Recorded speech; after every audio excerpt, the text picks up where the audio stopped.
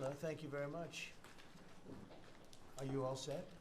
You all ready? Nice group, big group. But I want to thank you all for being here as we prepare to celebrate Labor Day, when we honor the incredible hardworking men and women of our country, which is doing very well, I have to tell you. Every policy of the Trump administration is designed to lift up the American worker, promote great paying blue collar jobs, and to rebuild the industrial bedrock of our nation. It's also obviously for great defense. We have the greatest military in the world. We rebuilt it largely in my first term. Some of it was stupidly given away to Afghanistan. For what reason? Nobody can figure that one. But it was still a relatively small amount of what, if you compare. The concept of what they did, however, is just incredible. But the country is doing well. We're respected all over the world like never before, probably. We went to NATO, as you know, and they went from 2% to 5% of GDP. Nobody expected that. And the difference is they didn't pay the 2 and they paid the 5. So, and as you know, we are selling a tremendous amount of equipment to NATO. We're not spending any money. We're making money, but I don't want to talk about making. I want to talk about we're no longer involved with funding Ukraine, but we are involved with trying to stop the war and the killing in Ukraine. So we're selling missiles and military equipment, millions and millions, and ultimately billions of dollars to the NATO people, where I'm very friendly and we have a great relationship. But that was an amazing trip. So they're funding the entire war. We're not funding anything. I think it's an important point to make, because a lot of people don't understand that. And we will continue to do that, and we're trying to get as much as we can for them. They want the American product. The American military product is by far the best in the world, and that's what they want to get. They have lots of options, but that's what they want to get. So the factories are doubling up and tripling up, where they make the Patriots and other really, you could say, defense and offensive weapons. The wages for blue-collar workers are now rising at the fastest rate in 60 years, which is so important to all of us around this table. The average American worker has already seen a $500 wage increase this year, and there's no inflation, because there's been decreases, tremendous decreases, with thanks to Doug and Chris, and some of the people, the great job they've done with energy. Thank you very much. And Chris, thank you very much. I see you down close to $60 a barrel, and you'll be breaking that pretty soon, and that has a huge impact. So we have groceries are down, energy is way down. Energy is way down. It was $4 and $5 for a gallon of gas. Think of that, for gasoline, and now it's probably $2.25. There are some places it's $2. It broke $2 at a couple of locations in the South. In places like California, where they charge such high taxes, it's higher, but it's still much lower than what it was a year ago. So energy's way down, groceries are way down, eggs are way down. Thank you very much, Madam Secretary. You've done a great job. Appreciate it. When we came in, the eggs were through the roof. They were 4 times higher than they've ever been. And my first question from you people, well, what are you going to do with eggs? I said, what's the problem with eggs? That was caused by Biden, or whoever was operating the auto pen actually caused it, I guess, because I don't think he knew too much about eggs. Factories are booming compared to before I took office. Domestic auto production is going to be, it's going to be so thrilling in 2 years when you see the numbers, because they're building plants all over the country. They're all coming in because of tariffs. They don't want to pay the tariffs. And if they build their plant here, they don't pay the tariffs. And they're pouring into our country, and you know about AI and you know about but the auto plants, that's the good old-fashioned stuff that I love.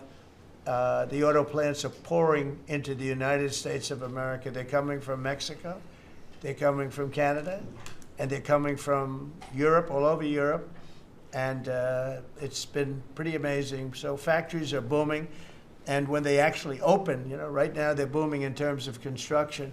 This is something given to me by Mark Zuckerberg, and you'll see this is AI now. I never understood. I said, well, because I built shopping centers, and for $50 million, you can build a very nice shopping center. So I never understood when they said 50 billion for a plant. I said, what the hell kind of a plant is that? But when you look at this, you understand why it's 50 billion. So this is one he's building in Louisiana. That's Meta, Facebook, as people understand it to be. But look at that, that's the size of Manhattan. So that's superimposed over the island of Manhattan. It takes up a big part of Manhattan. I think they say 81% of Manhattan. So these are big things, and they're going up. A lot of them are going up now. I don't know that big. Actually, Mark is building 4 of them, and others are building similar places. And when these things open up, I'll tell you what, our country, we're leading China now in AI, substantially leading China.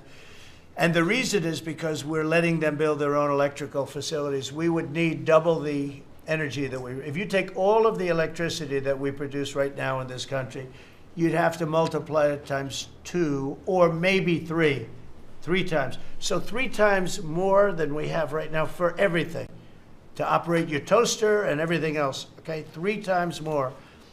And the way we are able to succeed, because China goes out and builds these massive plants. They're right now building 58 coal, in this case, almost all coal-fired plants. And coal is back with this country too, by the way. You know, there's a reason they use it, because it's good.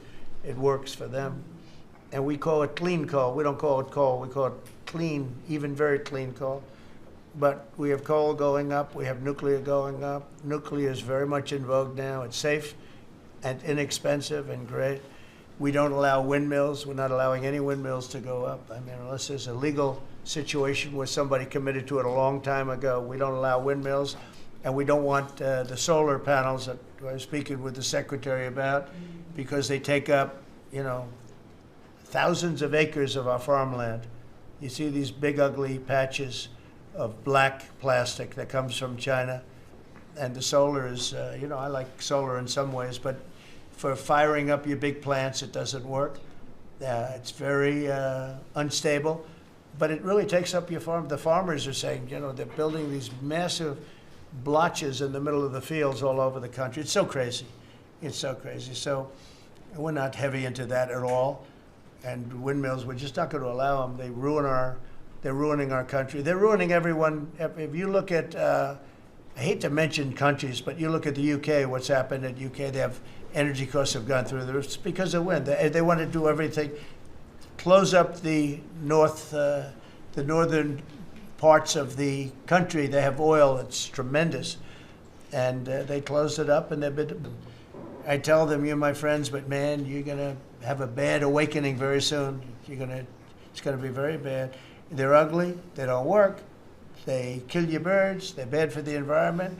And if you look at them from a house, your house is worth less than 50%. So I'm trying to have people learn about wind real fast, and I think I've done a good job, but not good enough, because some countries are still trying, and they're destroying themselves. Those are countries that are really destroying themselves. I hope they get back to fossil fuel, because right now, Chris, whether we like it or not, fossil fuel is the thing that works, and then you can add nuclear with it and other things, but fossil fuel is what works if we're going to fire up those big monster factories.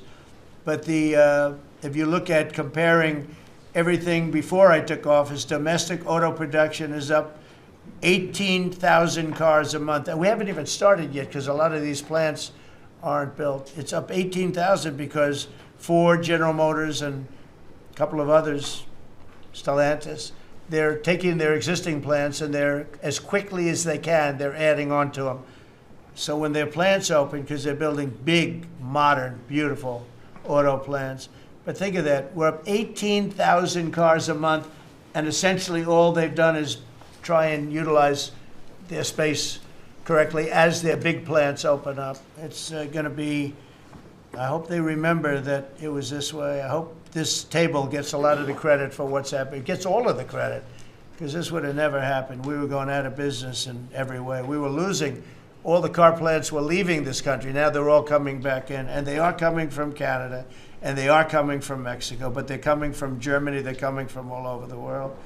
Domestic steel production is up by 100,000 tons of steel a week. We have a 50% tariff on steel, aluminum, and various other things. Copper just got brought into the picture, and that means people are going to want to make steel here. We just made a deal with U.S. Steel. As you know, we have an outside company come in, spend $17 billion on building new plants, new everything.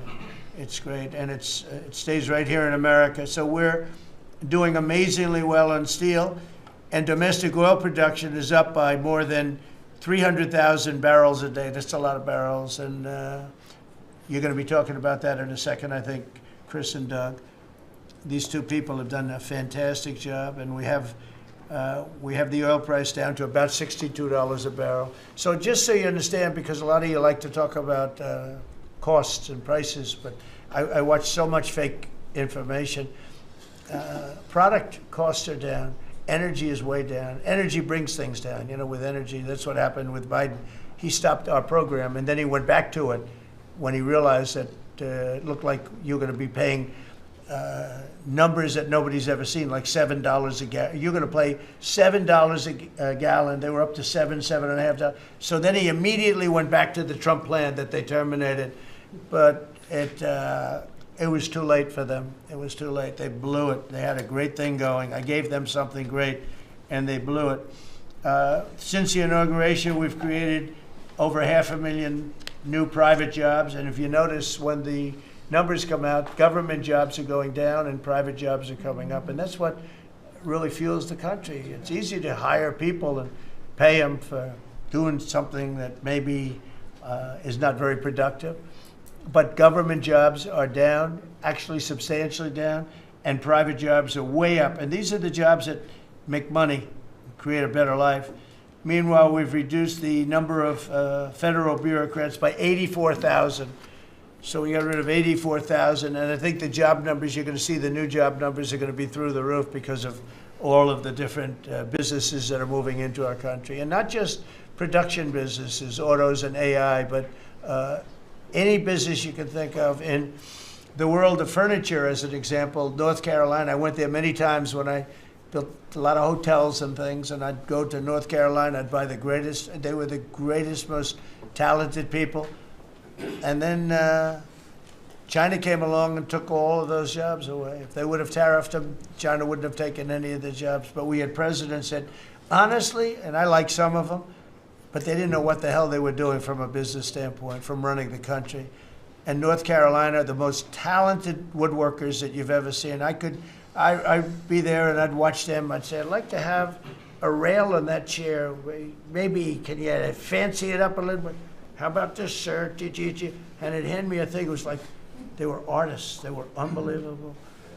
And that business was stolen from us by others, not only China, but by others. All of a sudden, you're ordering your furniture from China. It was not even close to being as good, but they couldn't compete with it. If we would have said it costs 100% or 200% tariff, you wouldn't have lost one job. It's so sad. But we're going to rebuild North Carolina furniture and other places, South Carolina too, to a lesser extent.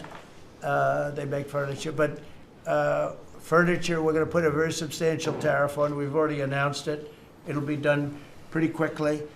And when that happens, everyone's going to start. I just tell you, North Carolina, go out and start getting the grandchildren and the children, start teaching them, because some of those incredible artists that I knew as young people, they're older people now, but they still have the talent and they have time left, but they're going to be teaching their sons and their daughters and their grandchildren, and it's going to be a beautiful thing to see. It's going to happen like magic. It's going to happen without question. It's not like, gee, I hope it happens. It's going to happen.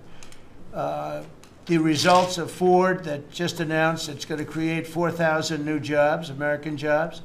Hyundai, 14,000 jobs. General Motors is moving production of the Chevy Blazer and Equinox from Mexico back to the United States where it belongs. Don't forget, we lost 55% of our auto production over the last 35 years. 55%. We were the auto capital of the world. Like there was nobody even think about challenging us. We lost 55% of it to Mexico, Canada, China, a lot to China, and other countries. And it's all coming back. We will be bigger couple of years, we'll be bigger than we ever were. We'll be more dominant. We'll be bigger. We make great product, too. We're starting to make really great product. We're going to be bigger than we ever were. We're going to be at the level that it was when we were the only one that really, we sold to the world. And we're going to be back selling to ourselves and other parts of the world. It's not going to be the same, but it's going to be equally as important as it was in the heyday 30 years ago. But we lost more than 50% of the automaking capacity. In fact, the unions, the auto unions, as you know, the top guy didn't know me, didn't like me, and now he likes me. He says, man, I can't believe what Trump has done. But the auto workers voted for me. They understood better than anybody else. The auto workers, the Teamsters voted for me. Teamsters are great. They all voted for me. No Republican has ever gotten the support of the Teamsters and the auto workers. And now the head of the auto workers, I've been so amazing. I watch them on television there. They can't even believe what happened. And I told them all what was going to happen. We secured new market access for American agricultural exports all over the world. Our secretary is doing a great job. Thank you, Brooke. And we have negotiated historic trade deals with the United Kingdom, China, Indonesia, Vietnam, the Philippines, Japan, South Korea, who was here yesterday, and the European Union. Foreign nations are now paying hundreds of billions of dollars straight into our treasury, and numbers that nobody's ever seen before. As you know, we made trade deals with a lot of countries, and many of those countries, just to be able to sit at the table, are paying us hundreds of billions of dollars. We made a trade deal with the European Union. They were rough on us for a long time, and now we have a very good deal. We made that with them. Trillions of dollars is coming into our country. Trillions. Far beyond billions, trillions of dollars. Wouldn't you say, Scott? Yes, sir. And in a short period of time. They have to buy $750 billion worth of our energy product. Energy is great. We have more than anybody else, so we're using it. But the European Union is a done deal, and Japan is done. And, I heard there was a problem with South Korea, but we met yesterday, and they're done. We didn't do anything. We just kept the same deal. He honored the deal. They wanted to see if, I don't even want to say it, but they wanted to see if they could do something. But they honored the deal, which is nice. And we cut the previous record-setting trade deficit, I hear just came out. We cut it in half already. We haven't even said, we've only been here really for a few months because, you know, it takes you a little while to fix up the Oval Office and do those things, prepare for the battle, right?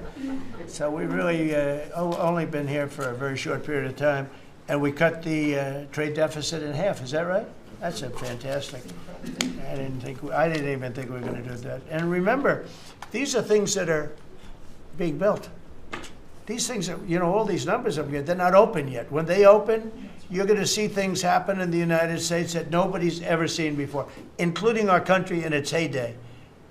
And I had the greatest economy in the history of our country my first 4 years, despite COVID, which was a very unfortunate situation for the whole world. We did a great job with it, never got the credit for the job we did. Operation Warp Speed, people say, is one of the greatest achievements ever in politics or in the military, because it was almost a military procedure. But everybody, including Putin, said that Operation Warp Speed, what you did with that, nobody can believe it. And we did a great job. But it was a horrible, horrible pall over our country. We had a very dark cloud over the world. That was a very, very bad thing that came out of Wuhan, which I said it came out of Wuhan. That's where it came from. And China suffered greatly, but everybody did. But we did a good job with that, as good as you could possibly do, and we came back, and now we're stronger than ever before. If I didn't win this election, this country was gone. I'm telling you, economically it was gone. None of the things that we're talking about would have happened. The whole world was robbing us blind. Friend and foe. They were stealing our jobs, our money, our factories. They were stealing everything. We would have been a shell. We would have been a bankrupt, broken shell. And that's the way it is, but we're doing just the opposite. Stronger than we've ever been. Last month, in a landmark achievement, I also proudly signed the largest working class tax cuts in American history. So the bill that I'm not going to use the term great, big, beautiful. That was good for getting it approved, but it's not good for explaining to people what it's all about. It's a massive tax cut for the middle class. It's a massive tax cut for jobs.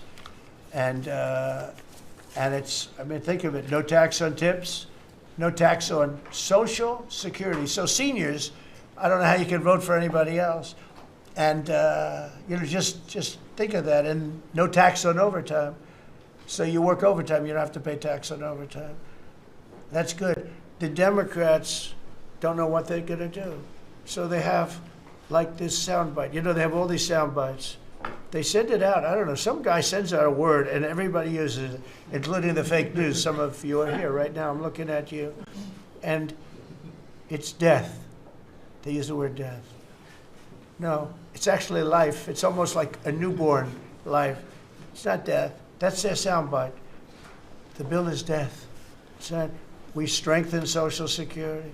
We strengthen Medicare, Medicaid. The job we've done on Social Security is, if the Democrats got in, Social Security is over because the country's going to fail. There won't be any Social Security.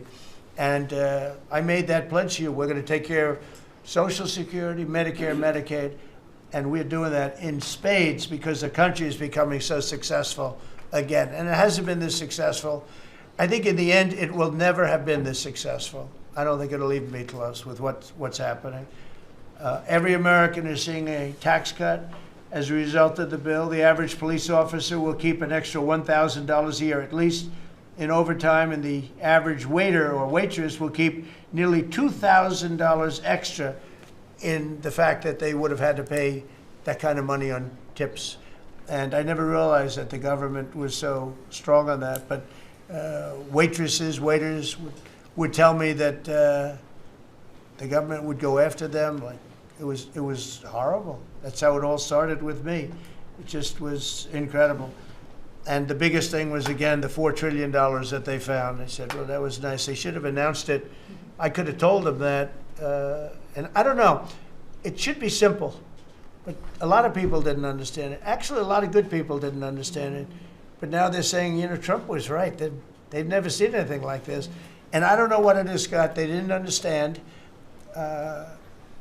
what we were trying to explain to them was going to happen. Everybody's moving back to the United States because they don't want to pay a tax. If they're not here, they have to pay a tax. And it didn't seem that complicated, but it's working at a level that nobody can imagine. You know, this is working $4 trillion, but that's a big number. It's a number that nobody ever heard of before. But $4 trillion is exciting. But that's nothing compared to what's happening, because these places haven't even opened yet. Some of them haven't even started hiring yet. They're under construction. So it's construction jobs, but it's not the big number, and the big numbers, when they open, they're going to be very successful. It's a revolution.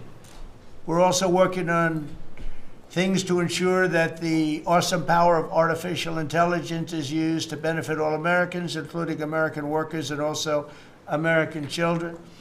In that spirit, our wonderful First Lady has just announced a presidential AI challenge. It's going to be a very good challenge, I can tell you. She's put her heart into it, which will inspire the next generation to stay on the cutting edge of this vital technology. This is the new internet, the new computer, the new television, the new everything, all put together in one. This is why when I show you a picture like that, I mean, I show you this. This is a factory superimposed over the island of Manhattan, and you have many of them being built right now all over the country, or soon to start. Some of them have started. This one has actually started. That's in the great state of Louisiana. But the First Lady is working very hard on this, and it's an important initiative. And Melania, when she puts her mind to it, nobody can do better. There's nobody. So every young person should go to AI.gov to learn more, AI.gov to learn more. And you'll see it's a great challenge. I think it's going to be a very modern kind of a challenge. It involves AI, which is very exciting to people. So I want to thank her, raise a lot of money for children. We're putting America first, and we're going to be putting the American worker first. And, you know, the Republican Party has picked up 4 million new people, 4 million. The Democrats have lost 2.5 million. Other than that, they're extremely happy. No, they're very depressed. They're very depressed. And their new box that they've fallen into is crime. There was a consultant on one of the shows this morning I was watching. I thought he was very good. He's a Democrat consultant. And he was screaming, no, no, don't let him do this to you. Don't let, it's another trap. It's another trap. What he's talking about, like men playing in women's sports. They said that's an 80-20. No, it's a 97-3. It's 97-3. Like transgender for everybody. They fought for it. They're still fighting for it. I saw a guy today, a politician that you all know very well, fighting like hell for men playing in women's sports. You don't understand. They're human beings also. Well, I agree they're human beings. But you can't have a 7-foot guy playing basketball with the women. You know, just one of those little problems in life. And we all have our place. That's okay. I've got my place too. But this guy's screaming, it's another trap. And this is the worst of all. He said, because this is crime. Trump is saying he's against crime and they're for crime. No, he's going, it was funny. No, it's a trap, don't do it. And then I saw this poor, stupid Chuck Schumer, the guy. He looks like he's aged 100 years, and I don't like getting into looks. You know, looks don't mean anything, right? When you're in politics, looks don't matter. I look at Pam, I would never say she's beautiful because that'd be the end of my political career. Laurie, secretary. But I will tell you, this is the best of all. And they're going to fight me. Like this slob of a governor you have in Illinois. This poor guy got thrown out of his business by his family. I know the family. I was partners with the family. Nice family. I like the family. But he was no good. They threw him out. He's governor of Illinois. And he goes about Trump, we don't need his help. Chicago is the worst. These places are really bad. Crime in D.C. was the worst it ever was. You know, they make up stories. Crime in D.C. was the worst ever in history. And now, over the last 13 days, we've worked so hard. And we've taken so many, there are many left, but we've taken so many criminals, over 1,000. I watched a man from Maryland who said to me, I mean, sir, you're the greatest president. You're doing an unbelievable job. What a great job. Governor Moore, has anyone heard of him? Mm-hmm. He's another hopeful for president. I don't think so. But I met him, and I didn't realize it was on camera. Did you see they caught him on camera? I was at a game, I don't know, like the Army-Navy game or something. And I met him in a hallway. And as usual, you do your job very well. One of these great cameramen had it on tape. But I met this gentleman. I never met him before. Sir, you're doing a great job. You're doing an unbelievable job. Thank you very much. But then he goes on television and says, oh, Trump is a dictator. He's a dictator. And a lot of people have heard. So the line is that I'm a dictator, but I stop crime. So a lot of people say, you know, if that's the case, I'd rather have a dictator. But I'm not a dictator. I just know how to stop crime. And you would think that Illinois would have such a problem with crime, such a bad governor. He should be calling me, and he should be saying, could you send over the troops, please? It's out of control. It's out of control. In New York, it's out of control. Not as bad as Illinois, by the way. Not even close. In California, you would have not had the Olympics had I not sent in the troops, sent in the National Guard. They did a fantastic job. We have the Olympics. We have the World Cup coming. I got them in my first term, and I was really sad because I said, oh, boy, I got them, and I won't be president. And little things happen. Thank you, God. Thank you. No, little things happen. Think of it. You could ask Johnny. Johnny would tell you, he's the head of World Cup. He's a great guy, too, great commissioner. But he's the head of the World Cup. He said, Trump is the only reason we're doing this. And the sad part is that I was not going to have it. I would have to be, probably I wouldn't have even been invited to the game, depending on who's president, right? And I got that. I did not get 250, okay?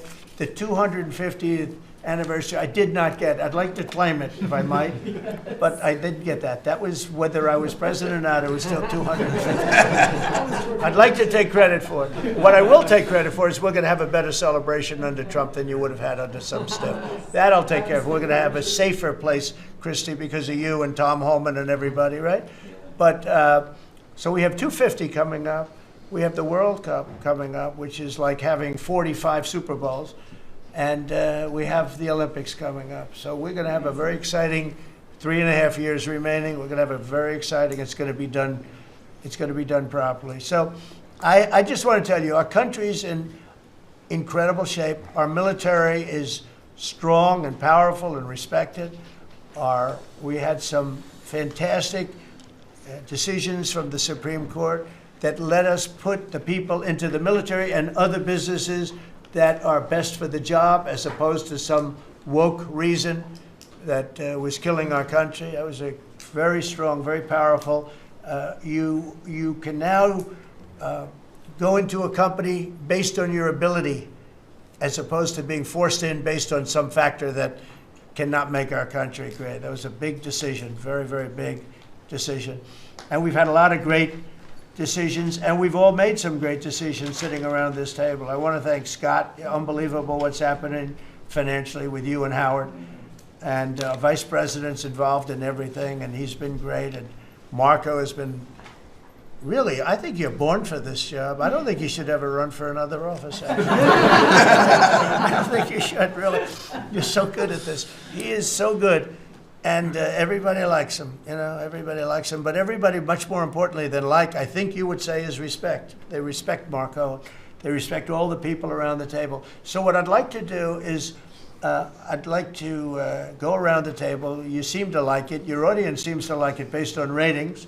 And I want to mention, about crime, because we have a young lady here, Iris, of Epoch Times. You're Iris, aren't you, huh?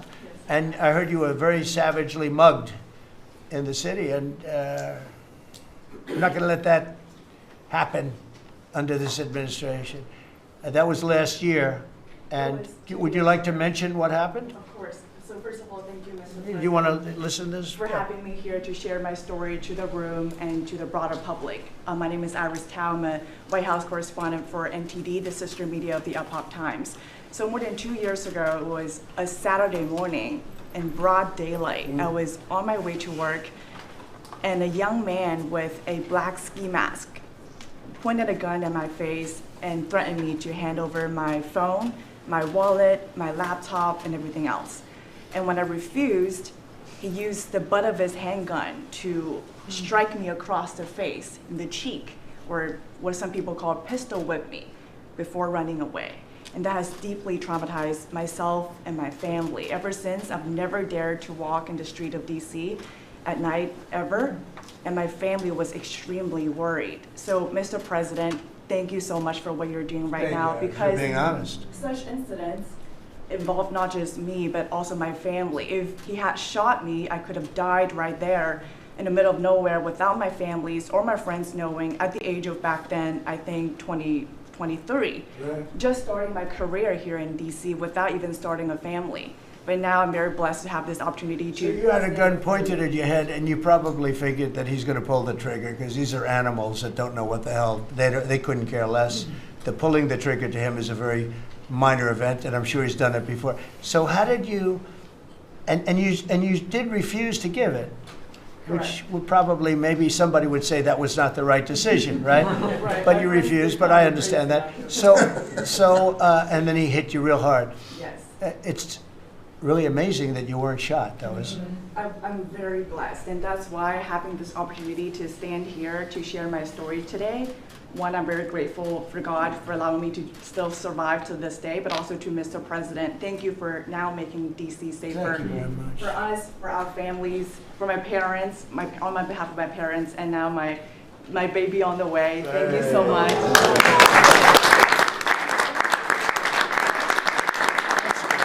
And there are other reporters and journalists, good people, and you don't have to say it, but that have also been attacked violently.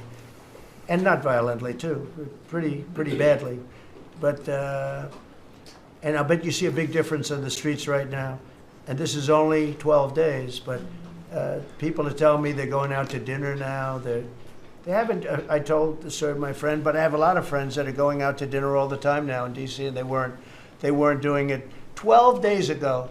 They would never even think. One of my friends went out 5 times. It was 4 times the last time I told. Now it's 5 times.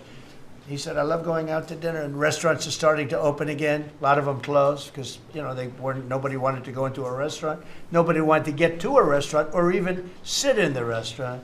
But you see a big difference now, don't you? I do. I do pass by Union Station every day on my way home, and I do feel a lot safer seeing the trucks right outside, seeing the National Guard troops members right outside. It does make me feel like I'm hopeful about DC again, and one day hopefully we can raise our family here. Thank you very much. It's nice. And those are tough troops, too.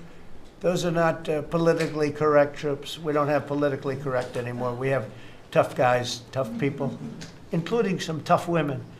But we have tough people, and when you look at them, I'll tell you, they showed one scene where a bunch of Deregulatory guys or whatever, maybe MS-13, maybe MSDNC, okay? Because to me, they're worse. I think they're worse. MSNBC maybe is worse than Deregulatory. Real scum, real dishonest people. But anyway, they went into this gang. I think it was Deregulatory, Venezuela, and they weren't nice to this group of people. The gang was calling them sir. Yes, sir. Yes, sir. Get out of here. Get the hell out of here. You're no good. Get out of here. And yes, sir. Yes, sir. Yes. These are people that beat up people all day long, and they're calling these soldiers. That's what they are. They're real soldiers. There's no games. I said, you don't have to be politically correct. And you know the way they used to spit in the face of the soldiers, with the soldiers standing like this, and you'd have some guy or some woman sometimes screaming at them from 1 inch away. They're standing there, and they're told you cannot do anything, and they start spitting, actually spitting in their face. And I said, you spit, we hit. And they're totally authorized to do that, all of those things. But your story is great, and there are other stories here, but they don't have to tell them. But some people are ashamed to tell them. They don't want to tell them. But it was like a jungle, and it's not a jungle anymore. And it's going to get so good that this will be the safest capital there is. It'll be one of the safest places in our nation, anywhere. And right now, it's one of the most unsafe places, but not now. 12 days ago, it was the most unsafe place in our nation. And they have to stop issuing false crime numbers because, I mean, I heard the mayor, and I like the mayor, fine. I don't care if I like her or not. If she did her job, I wish she were a horrible person who did her job. But she's probably nice, I guess. I don't care. I want her to do a job. But they issue false numbers. She said crime is down, before we got, now they can say crime is down. Crime is very much down. But what they did is they issue numbers. It's the best in 30 years. Not the best. It's the worst. It's the worst. It's much worse. And they gave phony numbers. And then they fired the man who didn't want to write the phony numbers. He got fired. And I guess that whole situation's under investigation because it's a very important thing, Pam. I mean, if they're going to give these phony numbers, it's a false feeling that you get crime. You have to do something about it. And you can't go around saying, "Oh, Washington D.C. safe," if it's not. It's going to be very safe very soon. It's very safe right now. You're going to go out, have dinner. People are going out all over the place. They're walking. I have people that work in government, strong, tough cookies. They can take care of themselves. But it doesn't help to have big, strong muscles. And I work out. If a guy's over there with a gun shooting you in your face, you can be the strongest guy in the world. A guy has a gun, shoots you in the face. It doesn't matter how much you've worked out, how many weights you've lifted, how hard you worked. And so we have the toughest guys and we have the best guys. And I'm willing to go to Chicago, which is a big trouble, but we have a governor that refuses to admit he has problems, huge problems. Baltimore, Wes Moore was telling me I want to walk with the president. Well, I said, I want to walk with you too someday, But first you got to clean up your crime, because I'm not walking in Baltimore right now. Baltimore is a hellhole.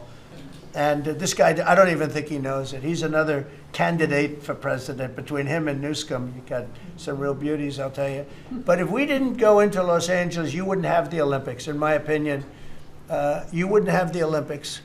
We went in, and the sheriff, the boss, said, thank God they're here. You could see his tape. He said, we were not able to control what was happening. That was the sheriff. And he said it loud and clear. And, you know, they're suing us for going in and cleaning up crime. And yet their own sheriff said, on the first or second night, he said, we could have never handled. That was going to be, you were not going to have the Olympics because, or the World Cup, because that would be, there wouldn't be anything left. They shouldn't have lost 25,000 houses. The water was turned off from the Pacific Northwest. And I was after them in my first administration, turn on the water, turn it on. Nobody could have believed this could have happened. But they had no water in the fire hydrants. They had no water in the sprinkler systems that people put up in their ceilings. There was no water. And yet we have tremendous amounts of water. They send it all into the Pacific Ocean, trying to protect a certain little fish. It's not doing well because it doesn't do well without water either. And it shouldn't be a protected because it shouldn't be a protected species. But I think that's actually just an excuse.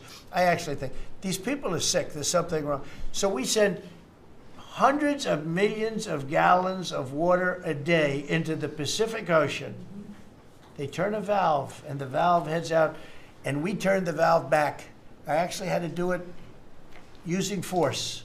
We turned the valve back, and now they have water, but not as much as they should have, because they should, and I'm telling Gavin Newsom by this conversation right now, turn the rest of the water on.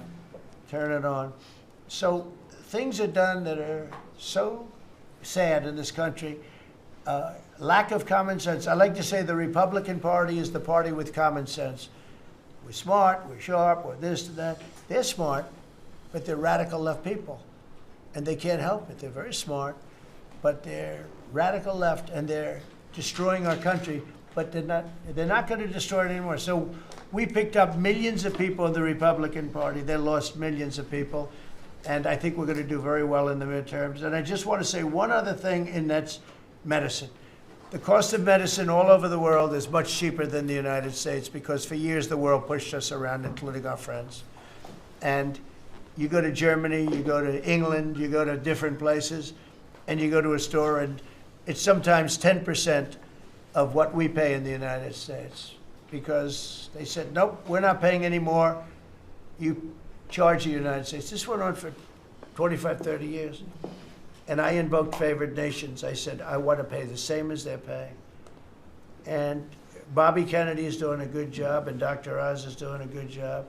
And I asked them, I mean, other than the basics that they're doing on autism and other things, which we got to solve that problem because it's crazy what's happening, it's out of hand. But this is the most important thing that can be done, is favored nations, Bobby. And we're not talking about a 25% cut or 50. We're talking about a 1,500% cut, because people go to Europe to buy drugs, and they come back with drugs, prescription drugs, normal, not, I don't mean the bad drugs, I mean prescription drugs, because you can buy them for 10%, 15%, 20% of what. So they're going to go up in price. And I told the countries, and I get along good with all of them. I mean, you could ask anybody, I get along good with all of them. But I said, you know, I told them, I said, you're going to go up a little bit because it's the world. It's the world. So more people in the world than we have. We're going to go down a lot, and they're going to go up a little. And it's called equalization. We're going to have equalization. So we pay the same price as the lowest drug sold anywhere in the world. And I think, Bobby, that's going to happen pretty soon. The companies are ready for it. They had to go for years. I was with a very great gentleman from Eli Lilly. I think he's an incredible executive. I mean, I'll mention the company, and I'll mention him, because we had this argument my first term, and then we had it in my second term. In my second term, I wouldn't stop until I won the point, and he threw up his hands. He says, you're right, I can no longer defend it. I can no longer defend that a pill that's made by Johnson & Johnson in a factory, in the same factory, in the United States versus a place in Europe or other places, including Canada, by the way, you could buy it for 10% or 15% or 20% the cost of what we're paying, where we'd pay 5, 6, 7 times more money.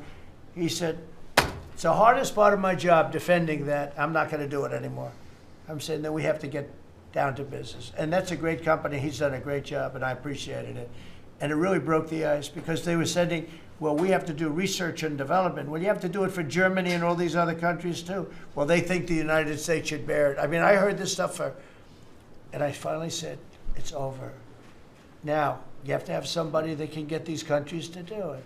I told them, if you don't do it, we're going to charge you a 25% tariff on everything you send into our country. That's much more money than what we're talking about. Then we have to get the drug companies to do it, and they'll do it because we have tremendous power over the drug companies too. So we're going to get it done. I just hope we get it done fast, Bobby, because this thing should go fast. But we're going to get, the cost of medicine is going to be 1,000%. Think of that, not 2%. And I'll just tell this last story. When I was in my first term, in my last year, I was so proud of myself because drug prices went down for the first time in 28 years under my administration. You know how much it went down? 1/4%. And I was so proud of that.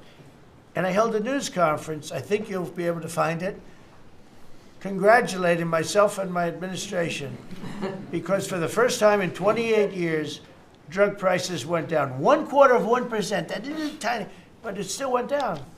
And I thought it was great. And then I realized, you know, it's a very complicated business and formula. You got to be very smart. I said, we're really getting ripped off by the whole world. The whole world is ripping us off. And what happened is I got on this kick, and I got the drug companies to agree, and I got countries to agree. And they're not agreeing because they think I'm a nice person. They're agreeing because I will put charges and costs and tariffs onto them that will be many times more than what they're going to be paying. So the companies are there and the countries are there, and we got to get it done, Bobby. We got to get it done, and we're going to have the biggest price of it. Now, that's going to lower Social Security, Medicare, This is going to lower everything because drugs go for everything. It's going to have the biggest impact, I think, of anything that can possibly be done. But your costs are going to be going down for medicine, for prescription drugs, will be going down at levels that nobody ever thought possible. And that's going to happen in a matter of a very short period of time. Very short. And we're all set with the countries, and we're all set with the companies. That's all you need, the two. And the middleman gets cut out. Under this scenario, the middleman doesn't exist anymore. That was the other thing. They always blamed the middleman. I said, who are the middlemen? Nobody knew who the middleman was. You know, That's right. they had the most complex formula. It was genius, but they didn't get away with it. So I'm counting on Bobby. Do you want to start, Bobby? Maybe we'll start with you. You can start with that and then go on to what we're talking about. We are deep into MFN negotiations, most favored nation status negotiations with 14 companies. Howard Lutnick is a breath of fresh air, and I think he's going to help us get across the finish line with the leverage that we have from there. They're smart. Don't let them get away with it, Howard. Well, the combination of Bobby's MFN and the 232 pharmaceuticals, which we launched together, right. When you put those two together, it really gives Bobby the tools to go execute your plan. So I'm supporting Bobby as he executes his plan. Good. Right? Yes. And this cabinet meeting is supposed to be about working Americans and bringing jobs back to this country, and particularly rural America. And I want to mention the big, beautiful bill. Right now, we spend 7% of Medicaid dollars on rural hospitals. So they're getting the short end of the stick. It's about $19 billion a year. under the Rural Transformation Program, we give them an extra $10 billion a year. So we're raising an infusion of cash to rural hospitals and rural communities by 50%. It's going to be the biggest infusion in history, and it's going to restore and revitalize these communities. And we can't survive as a nation if we don't honor our rural communities, which are the source of our values, our virtues, our character, our economy, our food.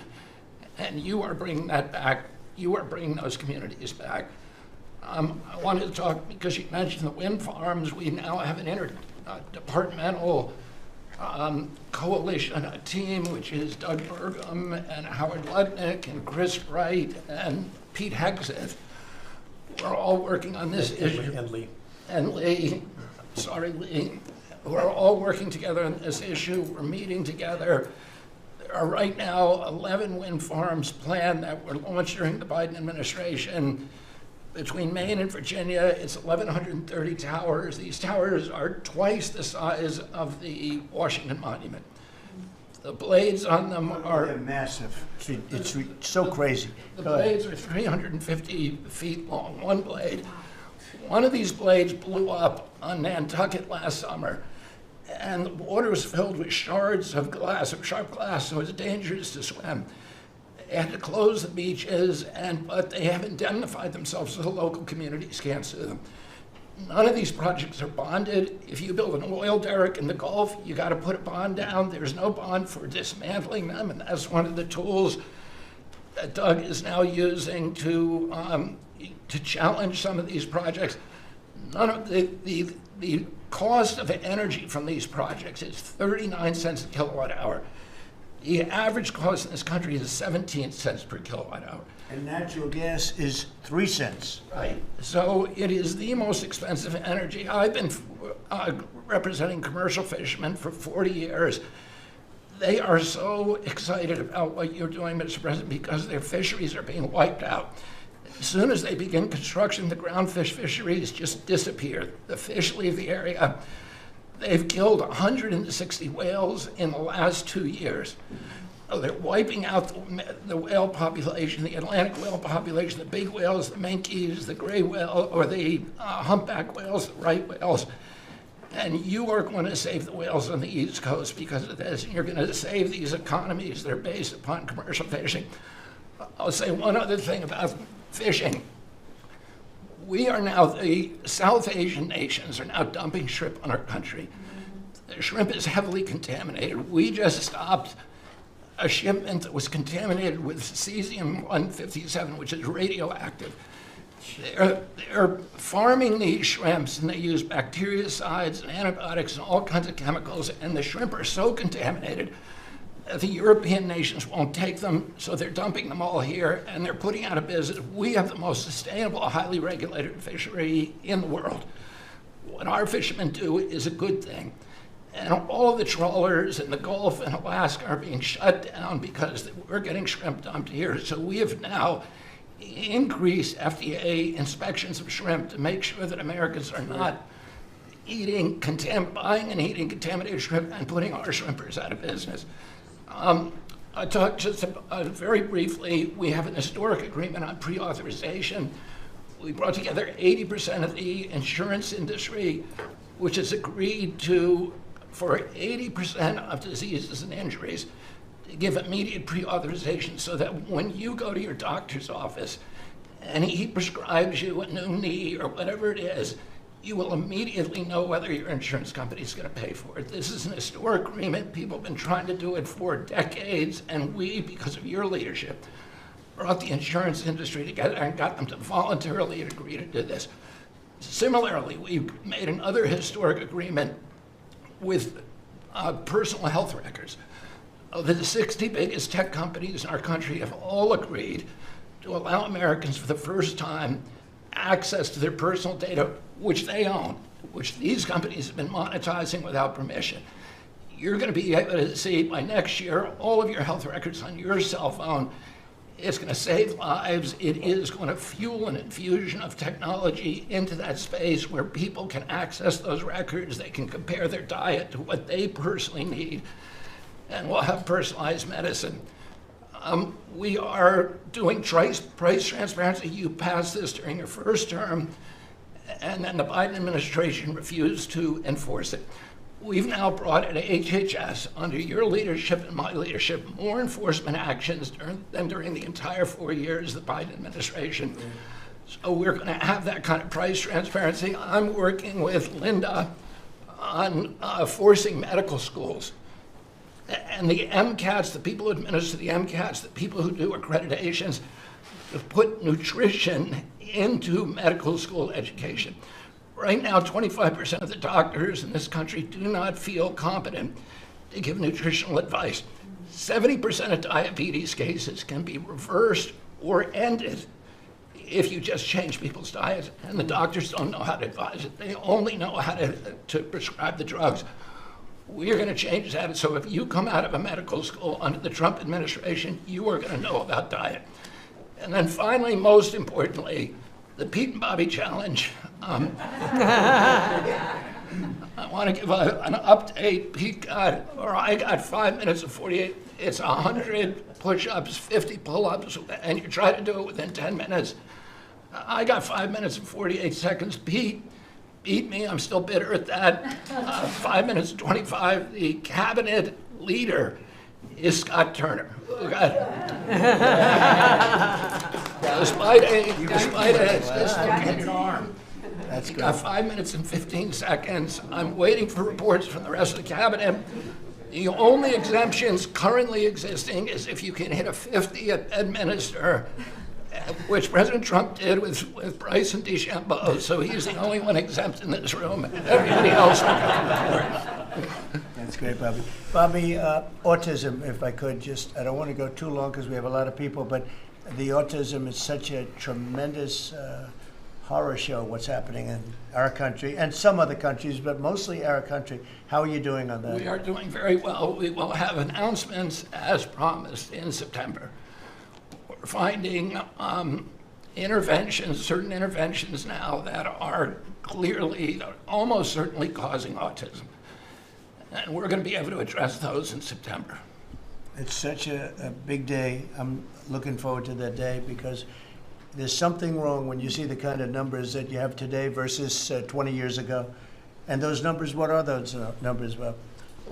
In 1970, the biggest epidemiological study in history was done in Wisconsin. They looked at 900,000 children, and they were looking for autism. They knew what it looked like, and they were very, very precise about it, and they found an incident rate of 0.7, in other words, less than 1 per every 10,000 children.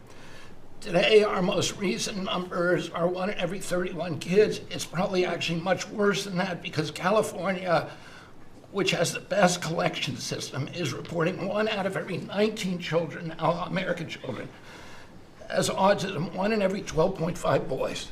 So it's gone from less than 1 in 10,000 in 1970 to 1 in 12.5 boys Look at today. those numbers. So there has to be something artificially causing this, meaning a drug or something. And I know you're looking very strongly at different things, and I hope you can come out with that as soon as possible. We will. So 1 in 10,000, and now it's 1 in 31 or 34 or 12 if it's a boy. Can you imagine that? 1 in 12. That's for a boy. 1 out of every 12.5 boys. It's not even believable that that could be. And that was 1 in 10,000 not so long ago. I've been hearing these numbers, and they get worse and worse every year. There's got to be something. I think there's nothing, including favored nations and everything else, there's nothing that can be, if you can find out the reason that that's happening, and I know we're gonna do some things. I think it's. We will I think. have that answer I think for we. you. I think we maybe know the reason, and I look forward to that press conference, to be with you on that press conference. That's going to be a great thing. Thank you, Bob. You're doing a great job. Linda, how about it? And we want nothing less than $500 million from Harvard. Don't negotiate, Linda. They've been very bad. Don't negotiate. Go ahead. All of that's working. Well, Mr. President, thank you very much. Since we are focusing today on Labor Day, and I know that Kelly and Lori are both going to echo some of the things that I'll say as well, we are really focusing, on our workforce. But what I'm finding with great joy around the country is that states really are being innovative and working more with middle schools and with high schools to make sure that we are having hands-on learning. There are pathways to jobs that are happening now. And if we see more and more of our community colleges working with our middle schools and our high schools so that high school students are graduating not only with a diploma, but a certificate that they have worked with, perhaps with a Toyota or another company that is coming in, public-private partnerships. And they're learning on the job so that when they graduate from high school, they're ready to go into the workforce, because we know with all of these wonderful jobs that are coming back into the country through AI, through just our normal jobs, that we need electricians, HVAC operators, et cetera. If we don't have this training, we're not going to have the workforce we need for all these wonderful jobs. So governors are really excited about this prospect. I've been now to several states and visited community colleges and tech schools with governors, and they're just all on board for getting this done. I think it's one of the best things that we're hearing relative to the job market. So we're just kind of focusing on that for today. So we're bringing education back to the states, to put it in a more simple fashion. We're going to let the states educate our children again. And, we're rated out of 40 countries, we're 38, 39, or 40. So obviously, it's not working what they've been doing for the last 30, 40 years. And if you go back, the best are like Norway, Denmark, Sweden, some of the other, Finland. They're very highly rated. If you go back to just take a look at anything you want to do, you just look at us in the past. If we gave Iowa or gave Indiana or gave, and I don't say every one of them, a guy like Gavin Newsom's not going to do well. Certain states won't do well. But even California, you cut it up into sections. You have Riverside, you have this, you have that. You cut it into 5 sections. And, if you had a good governor, you'd be able to do well. But certain states will be able to compete with Denmark, Norway, Sweden, and everyone. It'll be just as good. So I figure you have close to 40 of those states. Mm-hmm. And then you'll have 10, you'll have 5 that won't be very good. You have 5 disasters, and we'll have to work on those disasters. But for the most part, we will have education that will go zooming up in those charts, just like we have in everything else we've done. And I think it's one of the most important things we're doing at this table. So bringing education back to the states where you have the parents running it, where you have the school boards that are local. We have people running from Washington that have never even been to the state that they're in charge of. They've never even been there, and I don't think they care about it. So we want to close up the Washington buildings, sell the buildings off, let somebody else get rich with the real estate, because it'll be a crime-free city. By the way, speaking of that, anybody murders something in the Capitol, capital punishment, capital punishment. If somebody kills somebody in the Capitol, Washington, D.C., we're going to be seeking the death penalty. And that's a very strong preventative. And everybody that's heard it agrees with it. I don't know if we're ready for it in this country, but where you have it, it is, we have no choice. So in D.C. and Washington, states are going to have to make their own decision. But if somebody kills somebody, like you could have been killed, very lucky you didn't get killed, it's the death penalty, okay? Fantastic job you're doing. Thank you, Linda. Very much appreciated. How are you doing with the colleges, by the way? You're doing some pretty good work in terms of getting them to treat people fairly. Well, interestingly enough, since we've been negotiating with some of the Ivy League schools, I have presidents of universities calling every single week. They want to sit down and talk to us about all of the steps that they are taking, because they would like to not come under the same investigative program, and so it is having its desired effect. That's great. If I shot across the bound, the big guys, people kind of step in line and know you mean business, and we have teeth in these agreements, and I'm proud of the work that we're doing there. Well, they misbehaved, and some of these schools are getting billions and billions of dollars, and they misbehave, so that's it. And So one way or the other, we're going to win that whole thing. It's going to straighten them out. Okay? Thank you. Great job. Lee, please. Mr. President, the Trump EPA has a special Labor Day message to America's workforce, especially our auto workers, our coal miners, our steam fitters, our pipe fitters, and the list goes on. See what a difference a year makes. A year ago, the way that the Environmental Protection Agency was operating, the choice was made to protect the environment. We would have to strangulate the economy. That's the way that the EPA operated for years. There was a binary choice. We had to choose one or the other. The Trump EPA completely rejects that. See, we choose to protect the environment and grow the economy. And a very special shout out to Russ Vogt and his team at the Office of Management and Budget. We give him a lot of work. He's happy to do it. Dozens of different deregulatory actions. We just announced a proposed rescission of the 2009 Obama EPA endangerment finding, all of the light, medium, and heavy-duty vehicle regulations that followed. It is the single largest deregulatory action in the history of the United States government. And when you add up the dozens of different actions that we have announced and that we're working through, in one agency in 1 year, we'll do more deregulation than entire federal governments have done across all agencies, across entire presidencies. And what we are accomplishing would not be possible if not for the support of the rest of this team you've assembled around this table.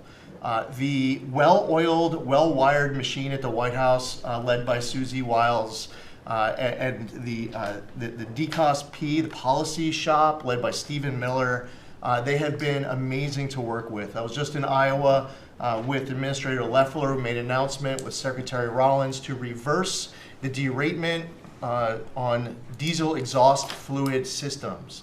Mr. President, you said you wanted water flowing faster. Working with the Secretary of Energy, we've done our part to do that, to get gas cans flowing faster, to stop that annoying start-stop feature in vehicles. See, people out there might say, well, why are you focused on all of these little things? If it's little to you, it doesn't mean that it's not a very big deal for millions of other Americans. The charge was clear when you called me in November and you asked me to do this job. Clean air, land, and water for all Americans. Unleash energy dominance. Advance cooperative federalism, permitting reform, make America the AI capital of the world, bring back American auto jobs. What we are accomplishing now, again, wouldn't be possible if not for your leadership. I'm grateful to the American people for electing you and our amazing Vice President.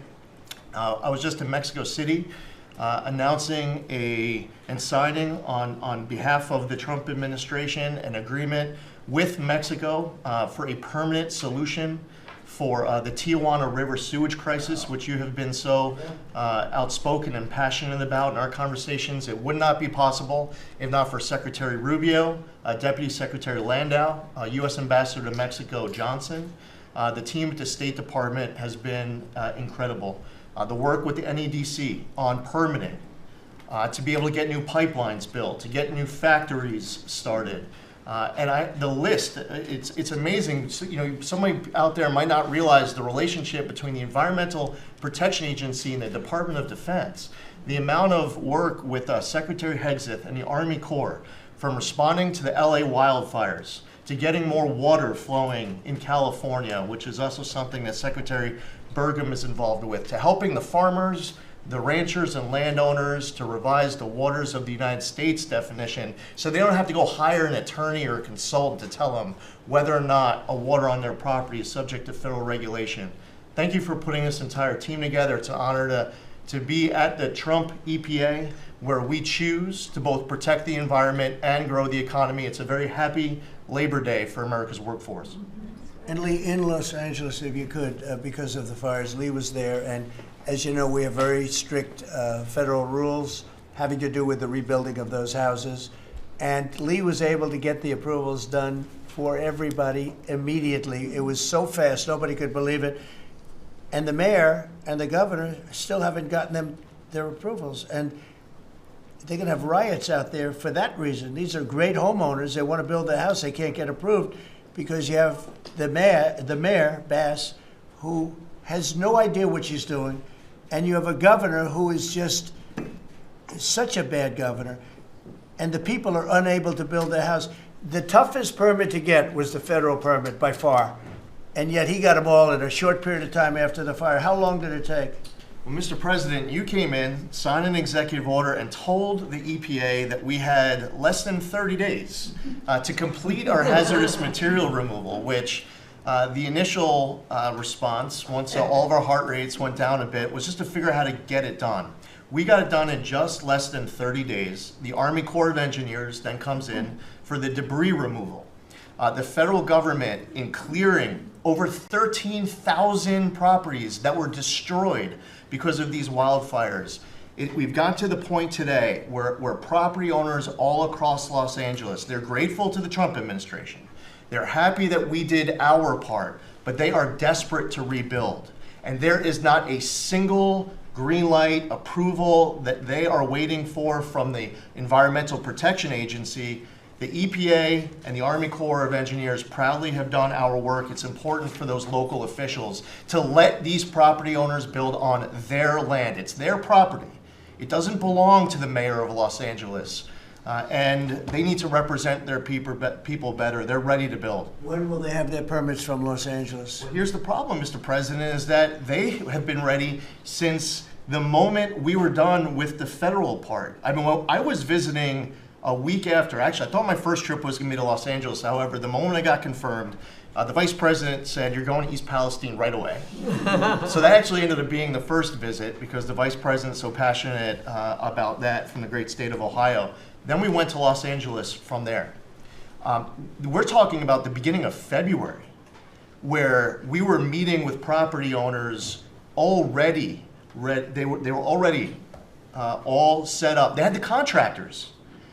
It was the beginning of February, and they were waiting for green lights from Los Angeles to be able to go onto their property and start rebuilding. Some of the same people who were waiting for a green light ready with the contractors at the beginning of February are still waiting now in the middle of August. Let these Californians rebuild. We're talking about also taking away some of the properties and building low-income housing on those properties. They're going to have problems like they've never had before. These people don't know what they're doing. So we have all our permit. Everything the federal government has to do was done long ago. They should have been. I went to a town hall with Lee, but we were there, and the mayor was saying it would take 2 years, maybe 3 years to get this approved. I said, no, not 2 years, 2 days. They should have it in 2 days. And I toured the site, and I met 100 homeowners, all standing in front of their site a couple of days after the fire, and they were ready to go right then. They wanted to just build right then. And the city won't let them do it. Los Angeles, I don't think it's that they won't. I think they're incompetent, okay, to be honest with you. I think they just don't know how to go about it.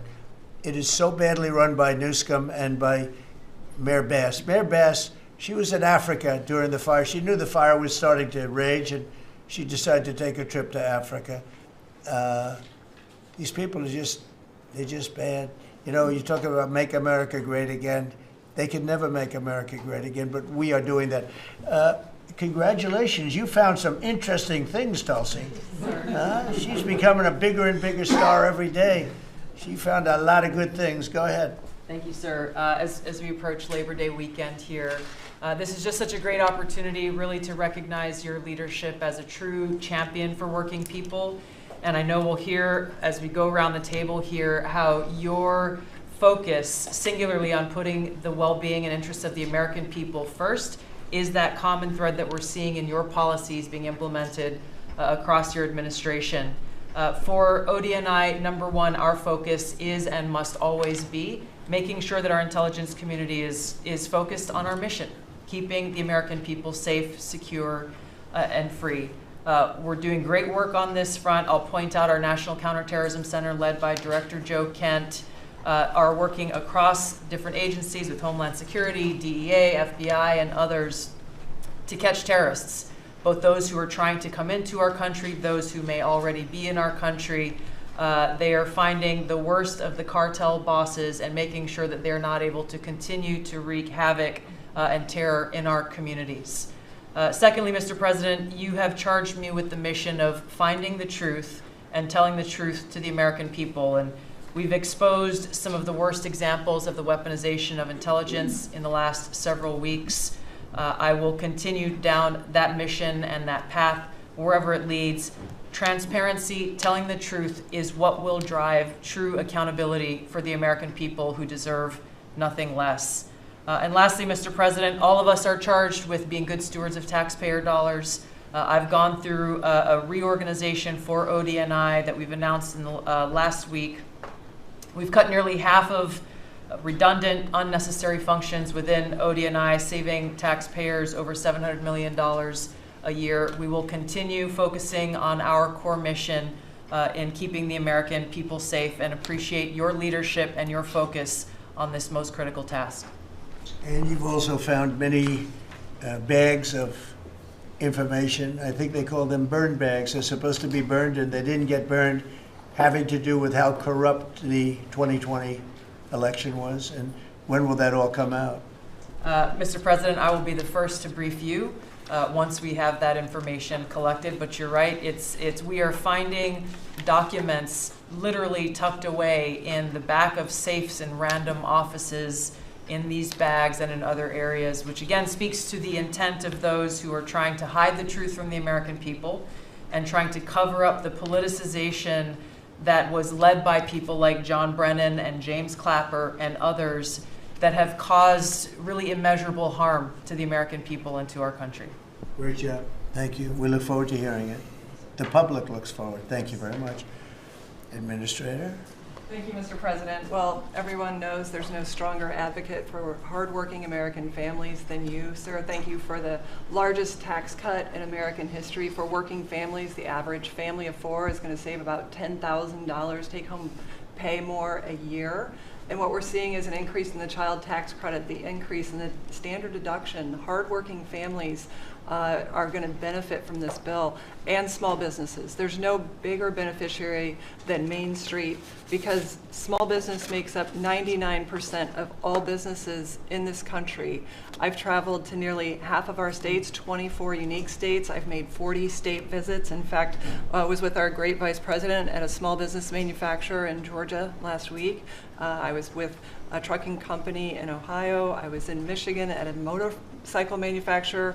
The return of Made in America is going to be driven by small businesses, because 98% of all of our manufacturers in America are small and medium businesses, 600,000 factories that employ 5 million people. And as Secretary McMahon mentioned, this work-based learning that is going on in professional and trade schools is real. I've visited them from Utah to Maine to Georgia and seen this revolution in education happening. So small businesses need skilled labor. Now that you solve for inflation, for the taxes, every Democrat voted for a $4 trillion tax increase on the backs of hardworking Americans. And so you prevented that. And now we've got fair trade. And thanks to Administrator Zeldin, we're seeing deregulation. I mean, this diesel exhaust fluid crushed farmers and construction and other heavy industry. So rolling that back makes a real difference for small business. And your domestic economic agenda is amplified through small businesses, which is why small business optimism is above its 53-year average, finally. And so Main Street appreciates it. What Main Street wants now is a rate cut. They feel burdened by high interest rates. They would grow higher and expand more if they could, but the interest rates are really hurting them. And finally, I want to say thank you for your executive order on debanking. We're about to announce a major investigation on debanking. It happened to you and your family.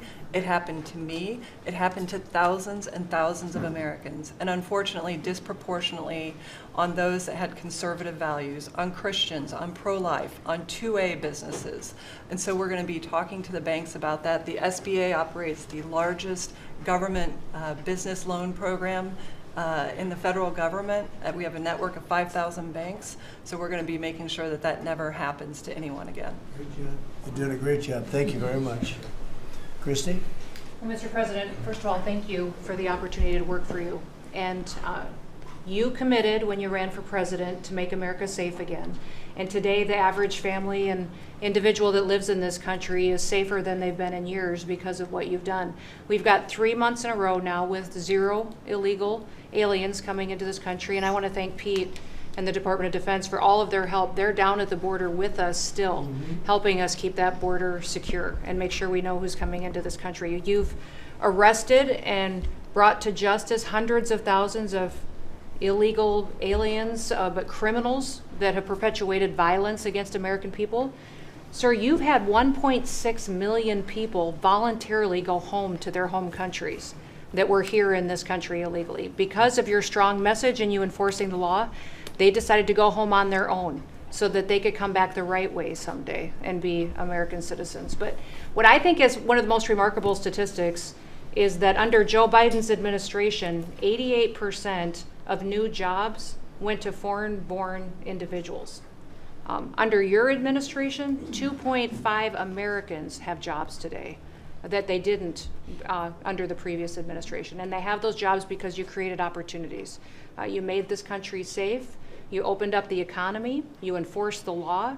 Now people can get up and provide for their families and go to work every day and be confident in that. And the last thing I would say is that it's incredibly important to know that every one of those illegal aliens that has gone home, they were costing us about $8,700 to $9,000 a piece in what they were taking out of our social programs, out of Social Security. You've saved this country billions of dollars, about $15 billion, just in what those illegal aliens were costing us in social programs. I've cut over 450 different contracts at the Department of Homeland Security. We're getting rid of corrupt ones that were not efficient for taxpayers, weren't focused on our mission of keeping us safe. And we've also renegotiated and brought in our biggest vendors and said you have to do better.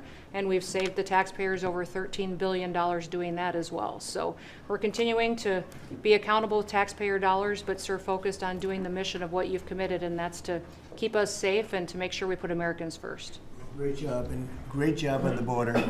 We had millions and millions of people coming in. To think 3 months in a row, 0. Incredible. That's some job. Thank Tom and everybody, and Pete, good job. Not surprised. Thank you very much. Chris, please. Chrissy.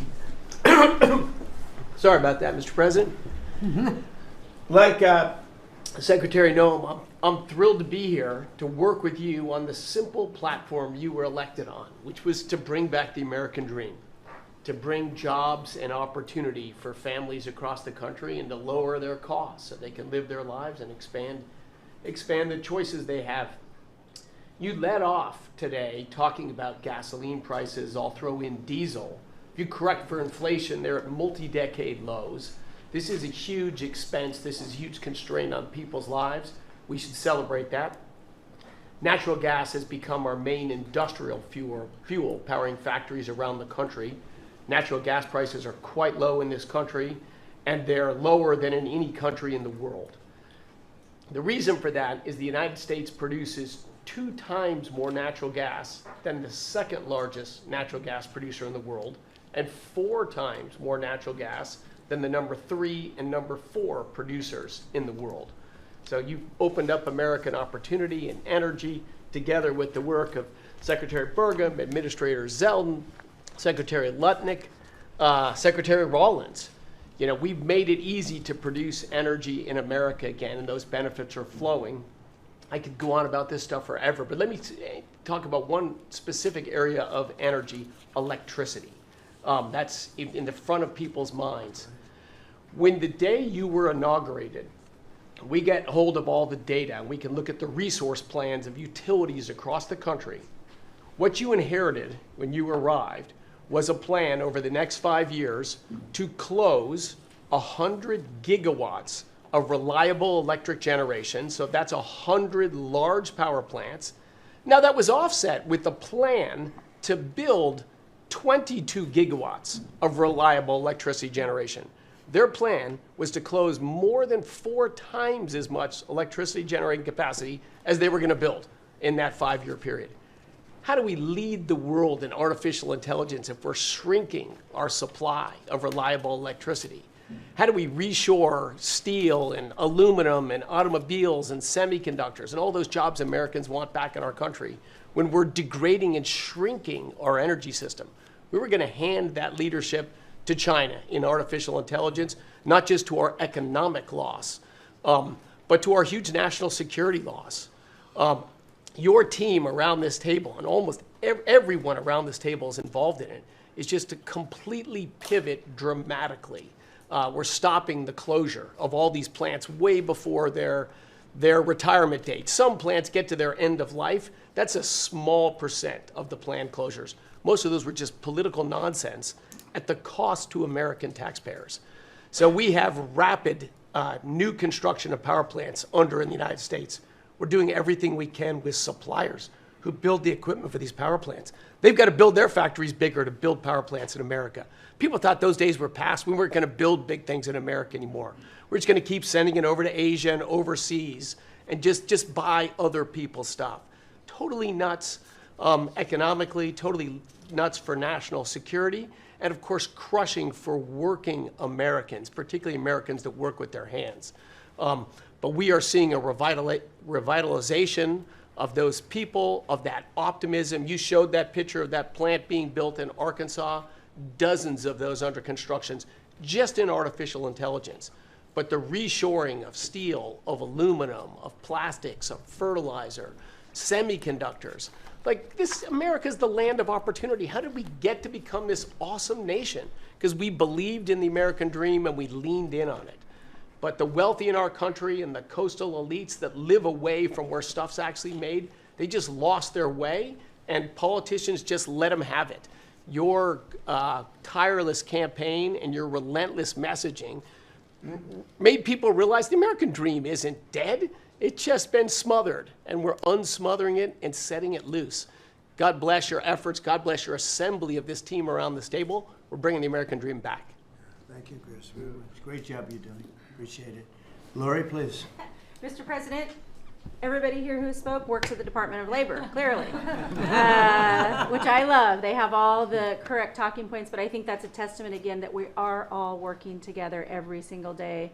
We talk to each other often, and the workforce, the skilled workforce, the education factor, retirees, it's been so important because they all touch the Department of Labor, and I have the opportunity to work with every single one. If you all haven't stopped by the Department of Labor, Mr. President, I invite you to see your big, beautiful face on a banner in front of the Department of Labor, because you are really the transformational president of the American worker, along with the American flag and President Roosevelt, because we're bringing business and labor together. And I was so honored to unveil that yesterday, and everybody is taking note of that. You also mentioned crime, and I think it's been important for my colleagues to recognize that now American workers can return to work and feel safe.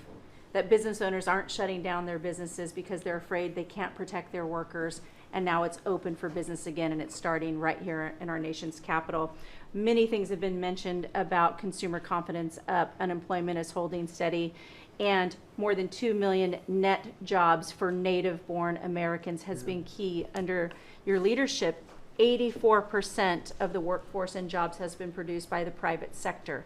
I think that was the mission of this administration and the Department of Labor. And I will continue to say for a little bit longer, until I heard you today, the one big beautiful bill, because it equals one big beautiful workforce.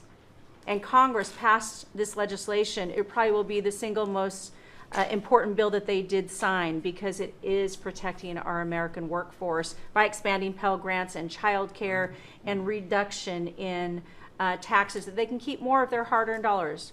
I am at the Department of Labor announcing $30 million in grants for our skilled workforce, that I have an MOU with Secretary McMahon. I have an MOU with Administrator Loeffler. That's important to share the data points on how important this is. In June, we awarded nearly $84 million in grants for the capacity of what? Registered apprenticeships, an executive order to have 1 million active apprentices across this nation, where we've already registered 185,000 since in the last few months. One of the other things that we have done is the Biden administration's guidance on cryptocurrency. And thanks to you and your leadership on that, we've rolled that back. And of course, we're going to see the 401k, the investors in our alternative assets. That's been key through the Department of Labor to work through. Partnering with our agencies, again, as I mentioned before, is important as we work together. I have visited, I'll be 31 states on my 50-state tour by the end of this month. I'm headed with Secretary Duffy, with the South Korean President Lee today as we move through the shipbuilding. We will do that in Philly, and then I'm off to New England to talk to those states about how important the apprenticeship program is. But while I visited Hexel in Salt Lake City, 100% domestic carbon fiber for the Department of Defense as they produce. They are announcing another $1 billion investment per your executive order on advanced manufacturing. So it is working. Everything that you have been saying since you were elected and since we all can put into play has been working. Ohio, McDonald's is investing 375,000 new jobs. The shrimpers, I visited as well, and they need our help in protecting that industry for our American fishermen and shrimpers. In Minnesota, I toured Cambria. When we're talking about quartz countertops, all made in America. And again, in Oregon, where we are expecting a crackdown. Thank you for what you are doing with your agents on ICE, and thank you for the prosecution that I hope you will come to Portland, Oregon and crack down. But while there are still good people, I was able to visit Buckeye Pacific, really a trading floor for the timber industry. So we still want to focus on great, hardworking American businesses. Mr. President, I couldn't be more excited to ring in Labor Day in Erie, Pennsylvania for the Labor Day Parade. I will be there to welcome it. It is an honor to serve this country. It is an honor to serve under your administration as the Labor Secretary, and we will kick off, and Republicans will own Labor Day again, not Democrats. We will own it because we are, and you are the president of the American worker. So thank you for everything that you've done. Thank you very much, Lori. Absolutely. You're doing a fantastic job, and I will tell you that Lori was recommended by the Teamsters. And I said, that doesn't really work, does it? And it turned out to be one of our best choices. So I just want to thank you and Sean, who, as you know, recommended you very strongly. You really turned out to be a gem. Thank you. I was able to talk to the president on the phone the other day. He called and we visited, and he said, but I know that you were, you know, a little bit middle of the road and not so sure. I said, Mr. President, I have been a Republican. He's like, what?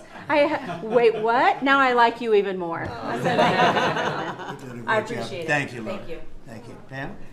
President, I'm working with everyone around this table almost daily on legal issues that we're winning on. But today, because it's Labor Day, President Trump, if I could focus on public safety. Not only domestic, but from our foreign adversaries. And Secretary McMahon, I know you know, kids are out of school this weekend. It's Labor Day. And Secretary Duffy, you know, our highways are going to be packed with travelers coming to not only our nation's capital, but all over this country. We're also going to have boaters, Secretary Duffy, right, on our waterways. It is illegal to be under the influence and on a boat. So get a designated boater if you're out on our waterways, whether it's the Potomac or the Gulf of America or the Pacific. Wherever you're out this weekend, people need to be safe. And on an international level, Secretary Rubio, thank you for all your help on everything we're doing, and everyone around this room. But yesterday, there was a big, big win. El Mayo pled guilty, and he was the co-founder of Sinaloa cartel with El Chapo. And there's even a Narcos Netflix series about these guys. Well, now we know the ending. He's going to die in an American prison. They are one of the worst, El Chapo and El Mayo, some of the worst narco traffickers in our world. And he will spend life in prison now. And that's so important because those guys and others throughout this country, throughout this world, have brought into our country drugs, cocaine, heroin, fentanyl, methamphetamines that's killing our kids. And we have to stop that. And that's what you've been doing, not only in DC, but around the country at your leadership. And over the weekend, parents need to know, with kids out of school, with people out on our highways and on our waters, do not take a pill from anyone you know don't know, do not buy anything on the street. It could be laced with something toxic. We've seen so many fentanyl overdoses. And when you were here in DC, we showed you pictures of some of the drugs that had been seized right here in DC. President, they were packaged for children, and people are dying from these around our country. So thank you, President Trump, for your leadership and for letting Americans know that it's now a safe place to go. But parents also have to know, college kids have to know, to be vigilant and not take this trash. Because you could be thinking you're taking a Xanax, an Adderall, anything, and it could be laced with something very lethal. So thank you, President. Great message, and you've been fantastic this last 12 days in DC. The job you and your whole group has done is, All of us. everyone's talking about it all over the world. I hate to have to talk about that, but we have to.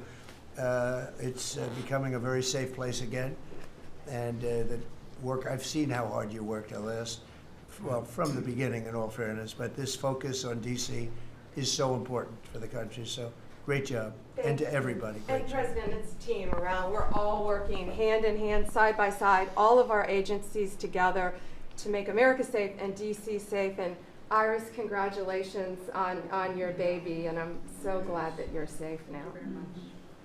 Thank you, Pam, very much. Mr. VP, would you like to say something? Yes, sir. I'll be brief, but I want to congratulate you and the entire team on all the things that have been accomplished. You'll hear about a lot of it. You've already heard some of it, but I thought it would be helpful, Mr. President, just to take stock, not just of what we've accomplished, what we will accomplish, but of the mess that we inherited, because I think it makes this first Labor Day a bigger and more special occasion. You heard, I think, Christie talk about this, that all of the net job growth under the Biden administration had gone to the foreign-born. Now that net job growth is going to American citizens who deserve opportunity in their own country. That's a great accomplishment. You'll hear, I'm sure, Scott talk about the success with tariffs. People forget that we inherited the largest peacetime deficit in the history of the United States of America. And now, because the president is not letting foreign countries take advantage of us, we're collecting hundreds of billions of dollars, trillions of dollars over 10 years in tariffs from countries and companies that were formerly taking advantage of the American people. You heard Pam talk about the public safety and the success that we've had there. I happen to believe that maybe the most sacred thing that we can deliver to American workers is the ability to live safely and comfortably in their own neighborhoods. Public safety is not just something that should belong to the wealthy. It should belong to every working man and woman in the United States of America. And because of the work of this administration, that is happening. And of course, Mr. President, you yourself talked about the inflation mess that we inherited under the Biden administration. Maybe the most striking and even shocking statistic of the Biden administration is that housing costs had gone up by 100% over the 4 years of the Biden administration, literally doubled, making the American dream of homeownership unaffordable. We've made great strides and great progress already. But to the American people who are listening, there's a lot more to do. We're going to keep on working hard at it, but it's an honor to do this job under the president's leadership and with this very great team that you've assembled. So we've done a lot, but there's a lot more work to do, and we're very cognizant of it. Thank you, sir. Great job. Thank you. Scott? Good. Sir, as we've said very often, economic security is national security, and our country has never been so secure thanks to you. You have brought us back from the edge.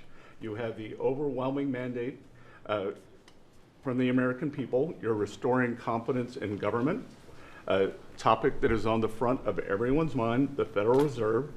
The Federal Reserve's independence comes from a political arrangement between itself and the American public. Having the public's trust is the only thing that gives it credibility, and you, sir, are restoring trust to government. You are weeding out the waste, fraud, and abuse, and the old ways of doing things are not good enough.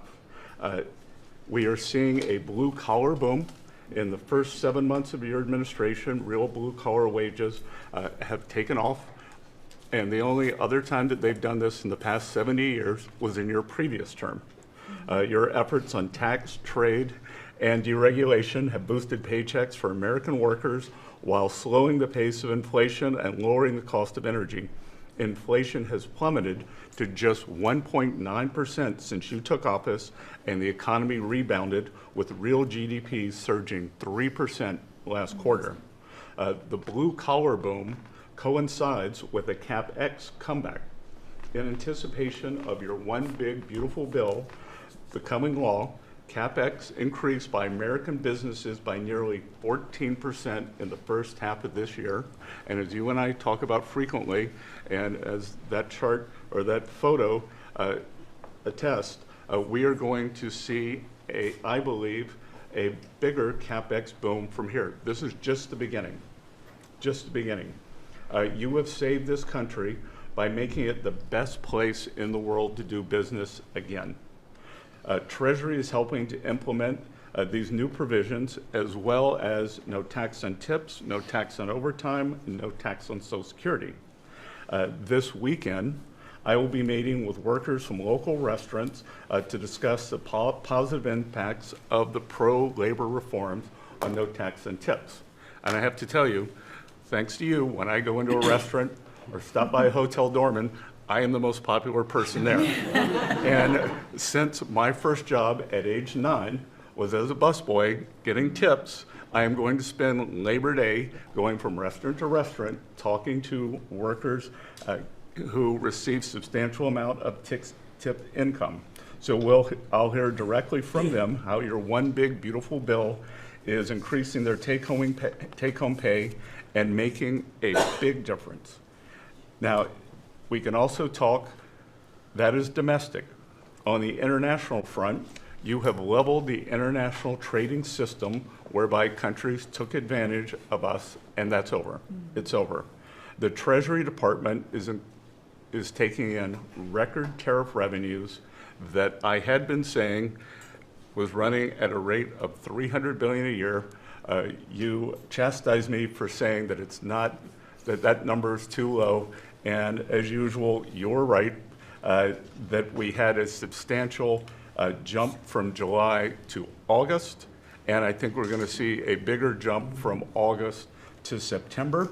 So I think we could be on our way well over $500 billion, maybe towards the $1 trillion number.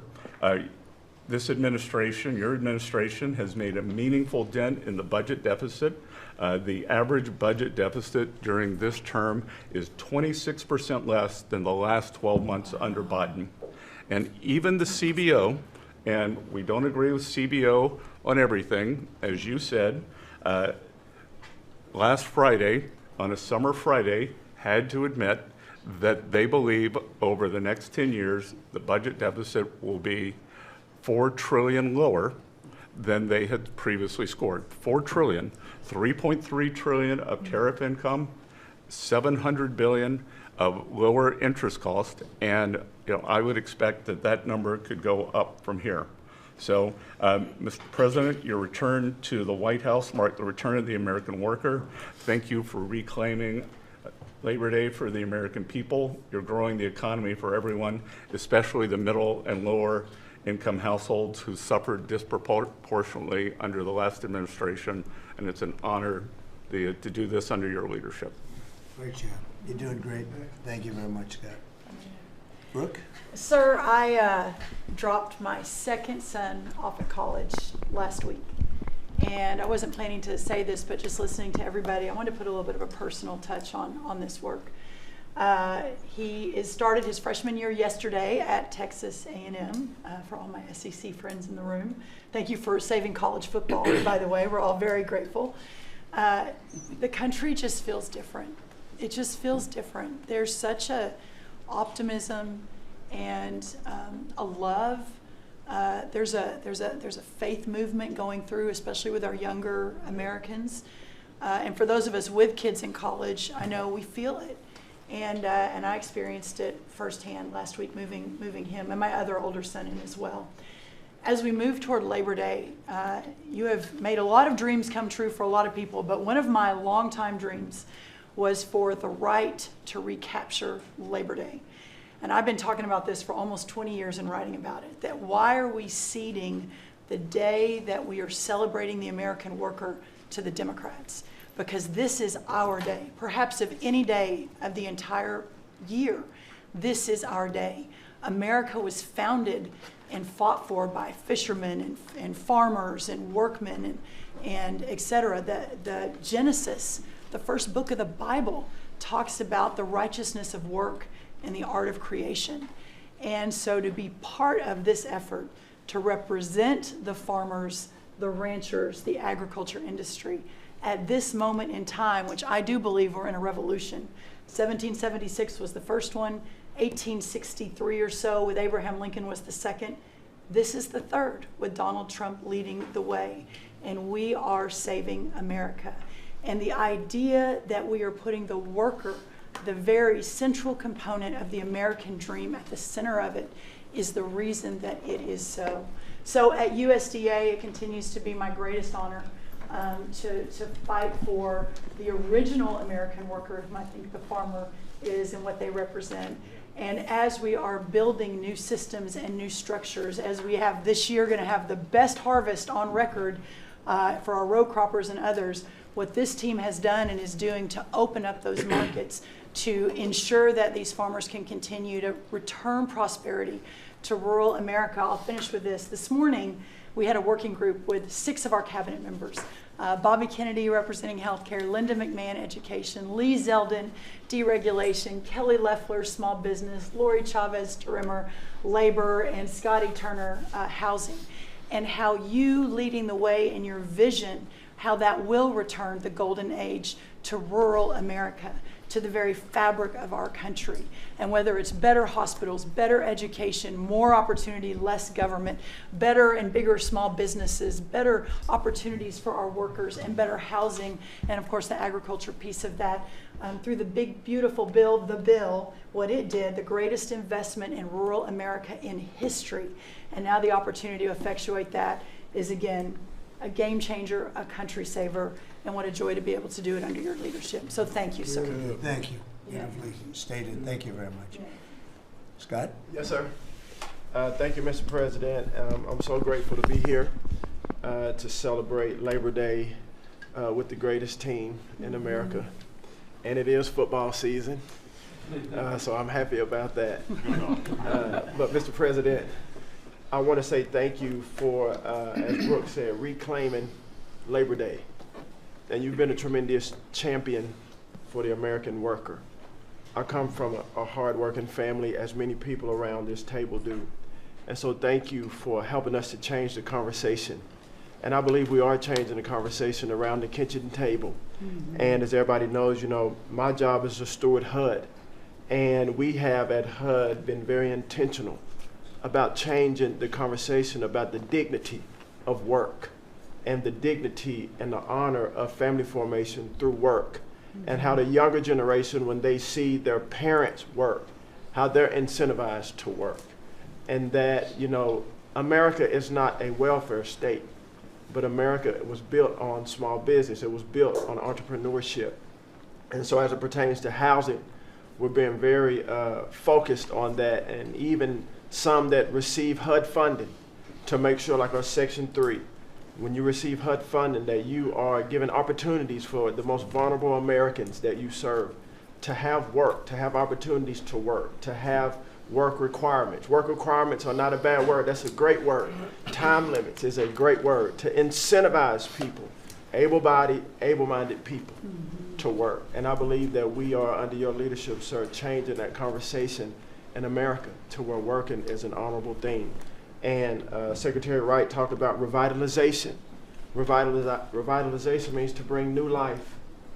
And I believe we're bringing new life to America, Mr. President, through work and through all the jobs that people are doing around this table.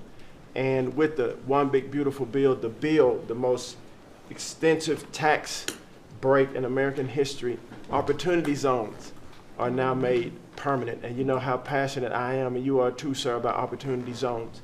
And so this will allow us to continue to build affordable housing around our country. And Mr. Vice President, I'm coming your way. I'm coming to Columbus later this week and to see how we can continue to build affordable housing in our country with opportunity zones. And you know, 1 million people, Mr. President, were lifted out of poverty because of opportunity zones. $90 billion of private money was invested in opportunity zones, urban, tribal, and rural. And now that they've been made permanent, we're looking for millions more to be lifted out of poverty, $100 billion to be invested, hundreds of thousands of jobs to be created, hundreds of thousands of units of housing to come online. And so, sir, I sit here very excited about the future of this country. I'm very proud to be at this table, humbled to do so. And HUD, we're on a good path. So thank you for all your support and helping us, sir. Thank you very Okay, much. God bless you. And I want to give credit to Tim Scott, great senator from a place called South Carolina that we love, right? And Tim really came up with opportunity zones, and we did a good job of working with him, and together we created something that nobody speaks of very much, but it's probably the most successful thing that's ever been done of its kind. It's been amazing. So Tim Scott deserves a lot of credit for that. Okay? Thank you. Thank you. So Russell, go ahead. Thank you, Mr. President. And I get the opportunity to go hand by hand with all of these people as they move their deregs through the Office of Management and Budget. And I wanted to zoom out for a second. In the first term, you gave us a goal of 2 for 1. And then we outperformed it through your leadership. We came in at around 5.5, 6 for 1. And then as you're running for your second term, you put out a goal that when you put it out, I was thinking to myself, that's going to be a pretty ambitious goal. You said 10 for 1. Well, where we are right now, in just 1 month, in 1 year, basically 8 months, we are at 245 deregulatory initiatives planned by these agencies. That comes out to 30 for 1.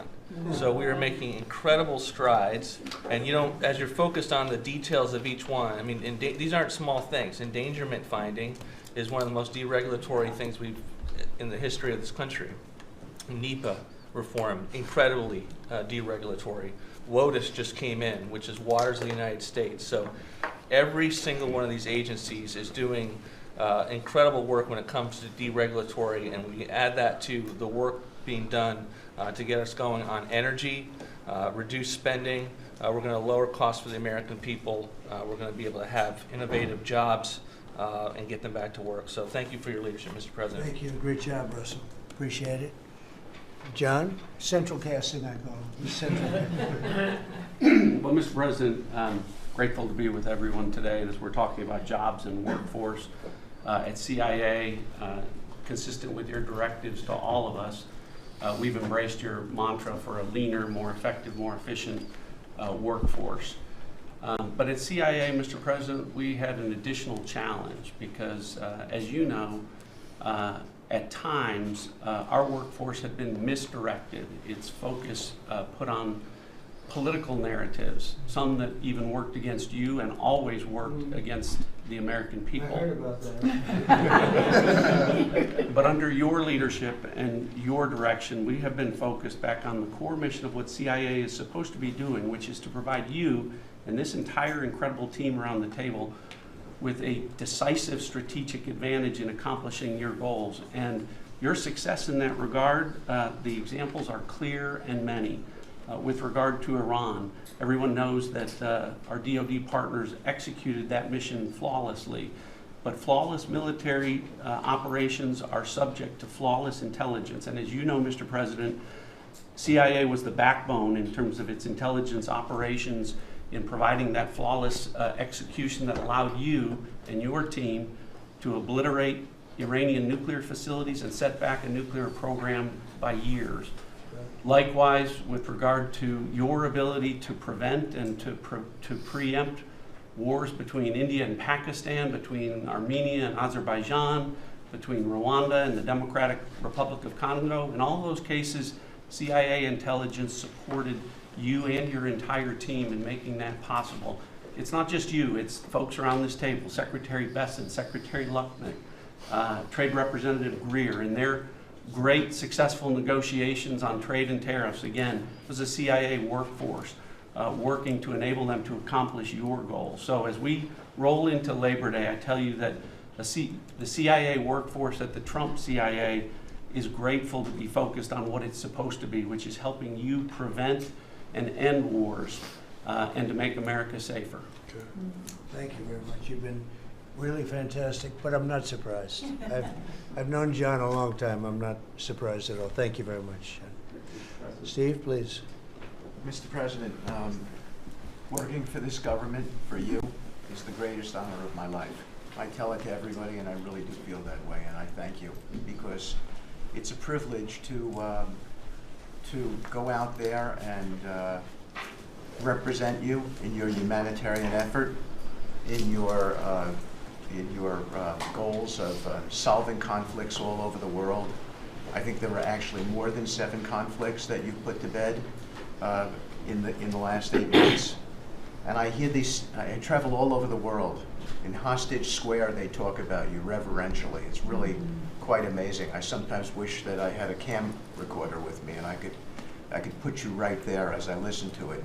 I was in Gaza, the first American diplomat, on your behalf, and as we delivered food and aid pursuant to your new aid initiative, pushed forth by your great Secretary of State, Marco Rubio, who it is a privilege for me to work alongside. The people were applauding you. The signs were up. I mean, these are people who I just don't think you get the proper credit for it all.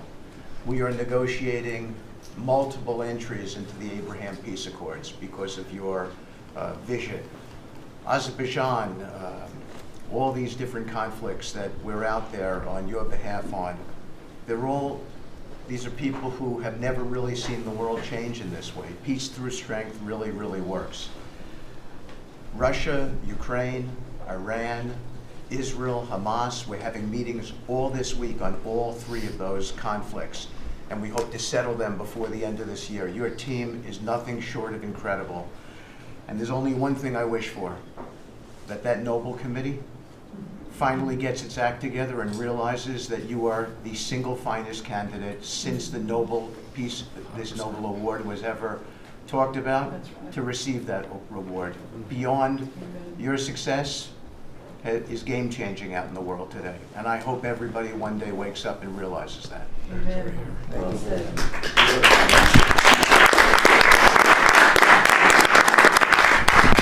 Thank you, Steve. Jamison, please. Mr. President, I like to think of Labor Day as the Trump trade policy day because everyone around this table and everyone listening knows that one of the major reasons why American workers and organized labor voted for you is because of your trade policy and the policies you've had and advocated for 40 years or more. You have reset global trade policy in the past few months, and it shows that's been working for American workers. When you look at President Biden, in the last quarter of 2024, median weekly earnings fell 2.1%.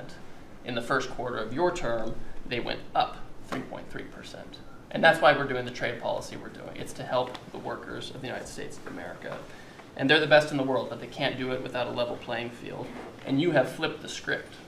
For many years, the other countries had high tariffs and high non-tariff barriers, while we were open to all of their labor and services and goods and capital. You flipped it. Now we have the tariffs, and they have lowered theirs and the non-tariff barriers. And we couldn't have done it without you and the leverage you've created. So between the tariffs and the deals, the hot streak continues for the workers of America. So thank you. Thank you very much. Really good job, by the way. He's a good negotiator. Good negotiator. Thank you. Please. Yeah. Well, Mr. President, I feel like, as everybody here has talked about how great working with this team is and all, but I do feel a special need that you've given me the privilege of working with the best of America. I get to take care of the veterans. I get to take care of the veterans who Labor Day really finds its roots in, if you think about it. We wouldn't have Labor Day if it wasn't for men and women who would leave their jobs and go fight this nation's battles to keep us free and independent so that they would have jobs to come home to.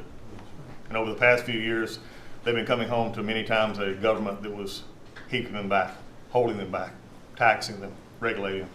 And now we have veterans who represent the bill, the big, beautiful bill, they're the beneficiaries of. And I get to see them all the time because they're receiving the benefit because they see the jobs, they see the care that they're being given. And these veterans can look at their country with pride, knowing that we're taking care of them, just like you told me to do. When your only statement you said to me, I asked you what to do, you said, go take care of my veterans. Well, that's what we're doing. One of the other things we're doing right now is, for many of you, I love to hear how you're deregulating everything, and I've worked from Congress and worked with many of you before. I get to do the same thing with the largest bureaucratic organization in the government. We're deregulating from the inside. And it's amazing to me because we have such a powerful workforce at the VA who really want to do good, but yet they kept tripping themselves up.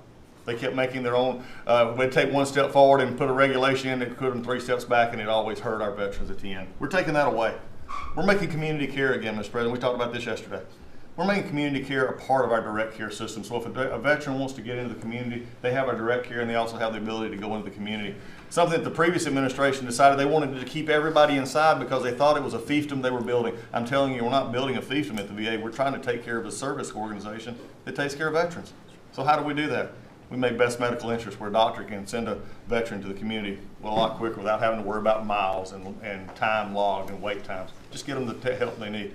We've actually expanded out, and it's made a difference in this regulation, and also unleashed a workforce that is now free of the collective bargaining agreements and other things that have kept them from being able to do the job of national security that they've been intended to. I'm actually giving them the benefit of the doubt to actually go be the workers that they're called to be, and that's what Labor Day is about. The VA is going to have the best workers. But just to let you know how that's working out, wait times at our hospital are going down because we're getting them in our hospitals or into community care. And then one for you, Mr. President, you heard about this a lot, and that was backlogs. At the backlog when I first came in, and I've said this before, in February we had over 260,000 backlog. That means over 125 days of not getting an answer. In just a little over 4.5 months, we've dropped that over 100,000. We're under 150 and heading down to historic lows. We'll be within the next month lower than any time under the previous administration at all. That means our veterans are getting the help they need. So when you look at it this way, we've opened new facilities. We've put new facilities in places where workers can get to. We've expanded out hours, over 1 million extra hours, so veterans, younger veterans in particular, can get off of work and bring themselves and get their appointments in after hours or on Saturdays. That's what it means to be in the Trump administration. That's what it means to take care of veterans. That's what it means for Labor Day. Because you can't forget the ones who fought for us to be on this table today. And it's all because of what you've done and the progress that we've made. Well, you've done a tremendous job, and I hear it all the time. We have a 93% approval rating at the VA now. And you know what it was before? It was like horrible. So thank you very much. Mr. President, there's been some conversation about the Pete and Bobby challenge. I would just note that I don't think Pete or Bobby could hold these sticks for 2.5 hours. Exactly. If they want that to be the challenge, so be it. But I think 50 pull-ups and 100 push-ups might be easy compared to it. Really is. We didn't have this problem with Biden. It was in and out very quickly. So kudos on Labor Day to the audio team that's holding the sticks. But Mr. President, it's pretty great to celebrate Labor Day with a builder who loves labor, who loves the men and women who have built this country, the people that sweat, that have great skills, they have grit, they do the dirty jobs of America that have made this country great, and you know them very well because you have worked with them. The great Trump projects have come from the very men and women we're going into this weekend to celebrate. We all want to claim Labor Day in our departments, but I'm going to claim this at DOT because roads, bridges, pipelines, shipbuilding, rail, passenger, and freight all fall under the great men and women who wear boots and make this country wonderful. And at DOT, we don't want to have the Congress spend money. We want to take the money that Congress gives us and actually deploy it and put these men and women to work building the great projects of this country. You said the big, beautiful projects that connect this country. And that's why we have got rid of the DEI. We've got rid of the green.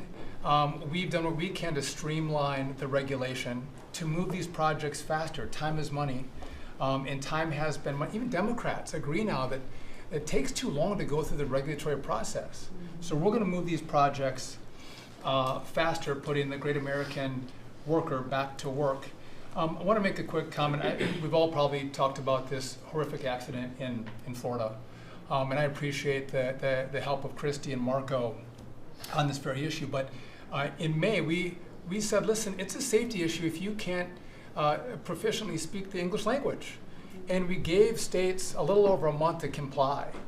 And Washington, California, and New Mexico have refused to comply. And by the way, this individual in Florida received a CDL from Washington, from California, and received a speeding ticket after our rule went into place, and they didn't stop him.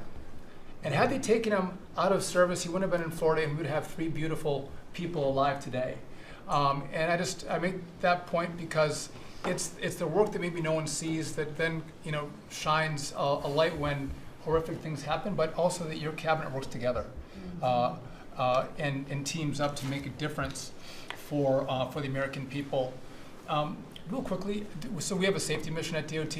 I don't know that you'd think of the transit unions in the greatest cities of the country, New York maybe being one of them, that support us, but they do, because the violence in the subways and on our buses across the country, the transit workers are the ones who take the most abuse. And they're grateful for the mission of everybody around this table fighting to make their communities safer. So I appreciate everyone's help on that. But they, again, the transit unions love the effort that all of us have put in together. One quick FAA. We are about to put out a request for proposals for a big, beautiful bill. We got build. We got $12.5 billion in the big, beautiful bill. We need more, but this is a great start.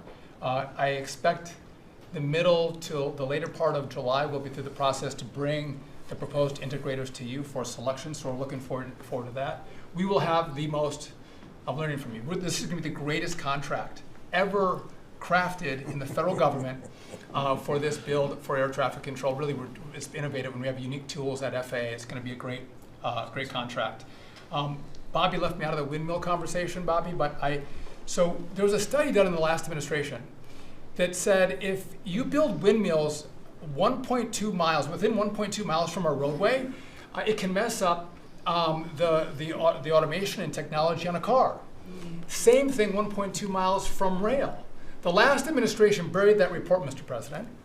And so now what we've said is, what we're going to do is say, listen, I'm sorry, it is a safety risk to build windmills this close to roads. By the way, they want to build them by roads and by rail. We're going to say no more. It is a safety risk, and we have a report to show that. And just real quick. It's a good idea. It's a good team effort. I wasn't invited to the party, but I'm still going to throw it to the party. Maybe next time, Bobby. One last thing. We have this Mars to Moon mission at NASA. No, Moon to Mars mission. Sorry about that. But sometimes people think that space doesn't matter to them.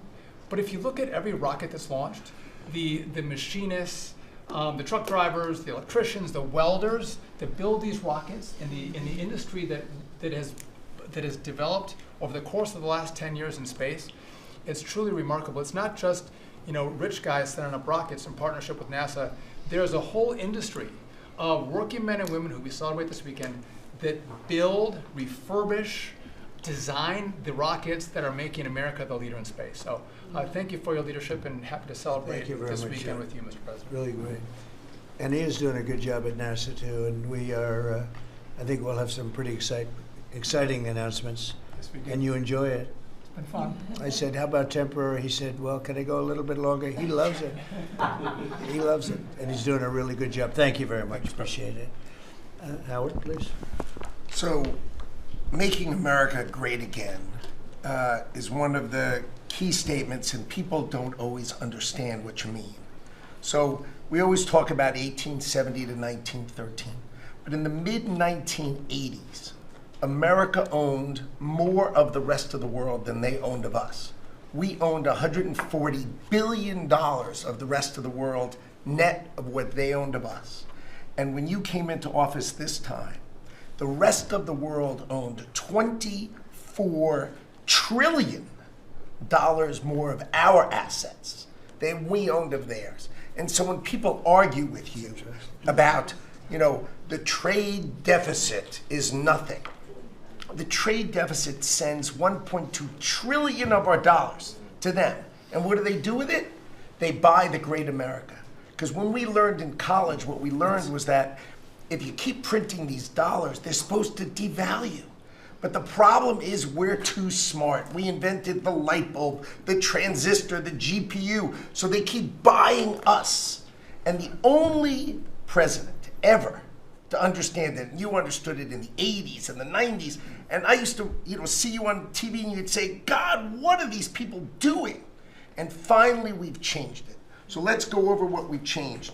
So Japan and Korea, they're never going to open their markets to us. So we've negotiated $900 billion that they're giving you to invest in national and economic security in America. The European Union, the second largest economy, $20 trillion. And all the experts said you'd never get a deal done with them. And watching you in Scotland was my favorite thing, right? 15%. They'll pay us 15%, and we will pay 0. So we can export to their $20 trillion economy, and they can pay to come to the great American consumer, right? So, a couple of other things. 4 days before you took office, the Commerce Department, which had the CHIPS money, they set up this thing called NatCast, which was a make-believe not-for-profit. And they signed contracts to wire them $7.4 billion. This was just nonsense. So we stopped the payment. We've got the money. It's an illegal thing to try to set up a department that's not the Department of Commerce, that kind of acts like the Department of Commerce. And what was it filled with? All these people who work for the Biden administration. I mean, it's exact corruption that you talk about. $7.4 billion now clawed back. Last week was the most fun. In 1 week, Intel came in, right? The Biden administration had given $11 billion to Intel, given it to them, done. Corporate just gift. And you turn that into really, you know, it was like less than 5 minutes of conversation, and Intel agreed to give us 10% of their company, which of course was worth $11 billion. So it's not socialism. This is capitalism. If you give someone $11 billion, who's just building in America, they're not doing something special, they're building in America. And their CEO told the president he didn't need the grant. And you said, well, then why don't we get something for it? So it's amazing. You're going to watch semiconductors come home, right? We don't produce semiconductors. We've got $165 billion for TSMC, but you're going to watch the whole ecosystem come home, because Donald Trump is the only president who understands the magnet to make them come home is one word, which used to be your favorite word. Now it's dropped to number 4, which is tariffs. Right? Tariffs are going to bring semiconductors home. They are going to empower Bobby to execute MFN. Tariffs are going to be one of those tools that he's going to use to do that. We're going to do it for furniture. We're getting autos. We got steel, aluminum. I mean, it has been a blast, a blast. So 2 more things. The Department of Commerce is going to start issuing its statistics on the blockchain, because you are the crypto president, and we are going to put out GDP on the blockchain so people can use the blockchain for data distribution, and then we're going to make that available to the entire government so all of you can do it. We're just ironing out all the details so we can do it. Patents. We have given tens, if not hundreds of billions of dollars to universities for them to do research, and they invent things. And you know who owns those patents? The universities. So we are going to make a deal with them all, which is, if we give them the money, don't you think it's fair that the United States of America and the taxpayers who funded it get a piece of that, right? So we wrote a letter to Harvard, so Linda and I working together. I mean, it's so much fun to work with everybody here. I mean, we just have a blast, you know, because Linda's hitting Harvard, and she says, what can we do? And now we send them a patent letter, and we'll hit them again. So we're having fun together. This is the greatest cabinet working for the greatest president, and I just want to say thank you. I'm having the time of my life working for you, Mr. President. Thank you. That was very well stated, wasn't it? Some things people don't think of too much. Thank you very much. Great job. Pete? Sure. Well, amen to what Howard said. And I would just say, heading into Labor Day from the American military, sir, we happen to be the largest employer in America. We like to think we have a different form of employees. Yeah. Who need to be the toughest and the strongest and the most well-trained and the most lethal.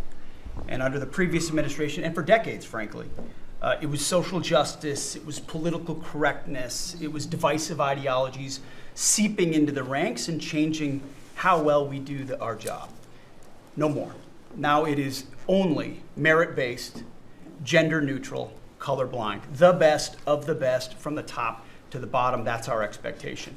And sir, you've enabled that. So from the troops directly, which they ask me to say all the time, thank you for your leadership, for your boldness, for your clarity, for common sense, for providing a shield for the rest of us to put America first, and to apply peace through strength. We're in the strength business. That's our job, is to stand behind everybody here and alongside John in everything they do to keep the country safe. And the world is noticing. And I wish everybody could.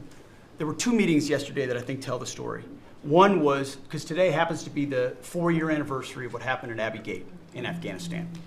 Mr. President, you had the families in, who you've met with multiple times, who, when the cameras were on and not on, acknowledged, sir, you were the only one that gave them a proper greeting, that recognized what they gave their sons and daughters in the debacle that was the withdrawal in Afghanistan, that we will bring accountability for at the Defense Department through our investigation. That's good. But at the same time, the world sadly took notice, whether it was Israel, whether it was Ukraine. Those wars never would have started if you were president. Instead, they looked at the foolishness of Joe Biden. Under your military, your Pentagon, we are restoring deterrence. Whether it's Midnight Hammer and those beautiful B-2s, 37 hours straight, whether it's counter-drug operations in our own hemisphere, whether it's the border, working with Christie and the national security team, whether it's LA, whether it's Washington, D.C., you name it, whether it's Europe. Our allies paying 5%, now our allies in the Indo-Pacific stepping up to do the same. That's a recognition that American leadership is here. And then in the second meeting, we were talking about what we're doing in D.C., and Pam's taking the lead. I have to say, just pause for a second. When I look around this table, yes, there's a national security team of Steve Witkoff and John and Scott and Howard and the vice president and Susie and Christy and Tulsi, but to every person here, we work together on a daily basis. And if you call me and I call you, if the answer is yes, how do we do it together? I think that's exceptional. It's what the American people deserve, and you've demanded that, sir. So I very much appreciate it. In that meeting on DC, I started my sentence by saying, the Department of Defense, to which you said, that just doesn't sound right. So maybe next time we're here, my card will read Department of War. We'll see. But it's not, here's the thing, here's what people miss. It's not just about words. It's about the warrior ethos. It's about what the department is supposed to do. George Washington started the Department of War because he wanted us to win our wars. Our founders didn't want endless foreign entanglements.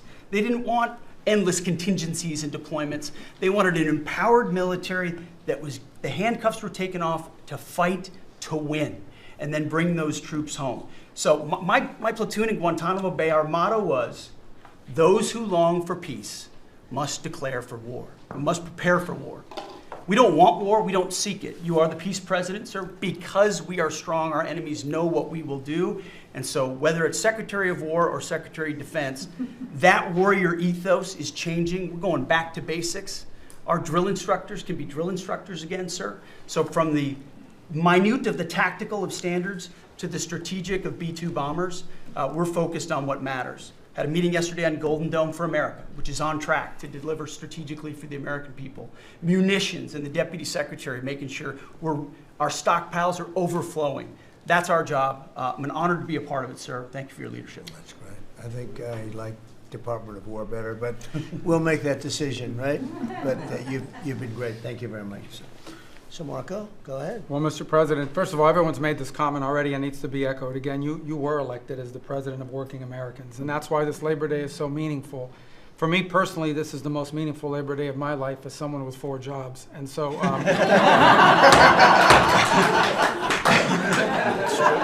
it's true. And but on the point of, you made it very clear from the outset, even in foreign policy, everything we did has to be pro-American. It has to make America stronger or safer or more prosperous. And there's just a few things I want to touch through because it involves your team under your leadership making it happen. The first is, for the first time in the modern era, we are truly on offense against organized cartels that are pumping poison, killer poison, into our cities. And that's a team effort. It's Christie's team, it's Pete's team, it's Pam's team, and obviously it's under your leadership. And by the way, we're getting incredible economic international cooperation. Countries just in the last week, Ecuador, Paraguay, Guyana, Trinidad, today Argentina, all joining us or trying to be helpful in advancing this. And this just, one thing is we're going to stop drugs from coming in and we're having record seizures, but another thing is to build an international coalition against the scourge on the international stage. The second is mass migration, illegal mass migration. which is dangerous for the country but harmful for American workers. What's happening on the border is essential, but it's not just what's happening on the border. And again, Christy and her team have been essential in this. We have countries all over the world that are actually helping us, whether it's through safe third country agreements, whether through it's stopping the migration flow from coming here in the first place, incredible international cooperation. You've redefined our border. It's no longer just our physical border. We are doing things ahead of time to prevent this from happening and getting cooperations from countries that we've never seen before. And last, I would say, and Steve touched upon this, who, by the way, is doing a phenomenal job. Steve is both a great negotiator and he's also a nice guy, which are two tough things to pull off together. But it's incredible. But we both work for the peacemaker in chief. Think about it, how fortunate we are as Americans to have a president who's made peace a priority. And just since the last time we've met, there was a war going on in Cambodia and Thailand. Between Cambodia and Thailand. The president just picks up the phone and tells them to stop fighting, and within 72 hours, the fighting had stopped. You know, there's no other leader in the world that could have done it. And the fact that you were willing to spend time to do that and to make it happen is, of course, essential. And then the war that didn't happen because of Azerbaijan and Armenia coming here to sign that peace deal, which is historic in so many countries. You know how many countries said, "Oh, it's never going to happen, it isn't possible." And it occurred, Mr. President, because of your leadership. And then on a point of personal privilege, I wasn't even going to raise it. I haven't even talked to you about this. It's a little controversial, but I think I need to bring it up at this time of year. This thing about people getting married on Saturdays during college football season is a scourge, Mr. President. It's dividing families. And I don't know if we can have an executive order on this, just saying, but it's really difficult. There's 7 other months of the year that people could get married, so I just wanted to say that because it's very, very difficult. Thank you. Fantastic. Thank you very much. Doug, please. Well, Mr. President, you've heard from around the table how people are grateful to have an opportunity to be part of this team, have an opportunity to work for you, and have an opportunity to serve the American people. And I would say as we head into this Labor Day, the thing that really differentiates you and your leadership and everybody around this table is one word, and that's respect. Because this is a group of people that respect our farmers and ranchers. We respect the people that are in law enforcement. That's a huge change. Respecting the people that are in uniform, respecting our veterans, respecting our shrimp fishermen. I mean, whoever it is in this country, people that are building our roads. This whole group embodies that sense of respect. And when we start with that, then who benefits? We come up with policies that help those people. And what have you done? You've led an opportunity for us to have the lower taxes, way lower deregulation, record amounts of investment that's coming into this country. We're going to be seeing lower interest rates. All of those things coming together is a gift to the working people. The policies are lifting everybody up. There's 140 million Americans that get up and go every day and drive to work. They commute. And one of the most obscene things of the prior administration was their energy policies was creating a hidden tax on those people. The poorer you were, usually the further you had to drive because you couldn't afford the housing if you were working at a hotel, if you're working in a service industry. We were taxing them. A hidden tax on them was the high cost of energy. You're perhaps one of the only leaders in the world that understood the connection between peace abroad and prosperity at home was directly connected to energy policy. You came in and said, we're going to sell energy to our friends and allies. We're going to bring prosperity at home through policies here by having lower energy prices. And we're going to stop funding wars abroad with energy policies that help their adversaries and hurt us. You said we're going to sell energy to our friends and allies. And with the work that Jameson and Howard and Scott and everyone has done on these trade deals, we're going to have an opportunity to have a renaissance in American energy, selling energy to the world, which is going to help bring peace abroad. But the real key thing in closing I want to say is two things. One has to do with the U.S. Park Police. That's the group here in Washington, D.C. They're the oldest uniform law enforcement group in the nation. You coming out and visiting with them in person before they went out on the surge. Not only are carjackings down, muggings down, homicides down, everything down, morale is through the roof. Just like Pete saw, we've got record people signing up to want to be part of our military. You have breathed life back into the profession of law enforcement. Your respect for law enforcement is so incredible. It's making a difference. And then us giving them the tools. On a lighter note for everybody here, one of the rules that under President Trump we were able to change for the U.S. Park Police was they could do a pursuit. I was shocked to find out when we were talking to them, like, oh, you pull somebody over and they just drive away and you can't pursue them? I mean, and they said, no, we can't. They said, all rules. We got that rule changed in 24 hours because of President Trump's leadership. The next night, they had so much fun. They pulled people over. They started to take off. They chased them. They stopped them. And then the bad guys, some of these were in cars that had stolen plates. So they take the plate off. They steal them off somebody else's car. They know it. The plate doesn't match. They know they're doing this thing. The bad guys in the car said, you're not supposed to chase us. Like, you're breaking the rules. The bad guys are telling us to break. No, we're back in action. So it's like, and so the morale is high. They all wanted to say thank you to you. Yesterday, you announced increasing the number of U.S. Park Police that we're going to hire. This is the group that protects not only our sacred monuments of democracy here, but also the Statue of Liberty and the Golden Gate. This is a great group. But on behalf of all law enforcement, we say thank you.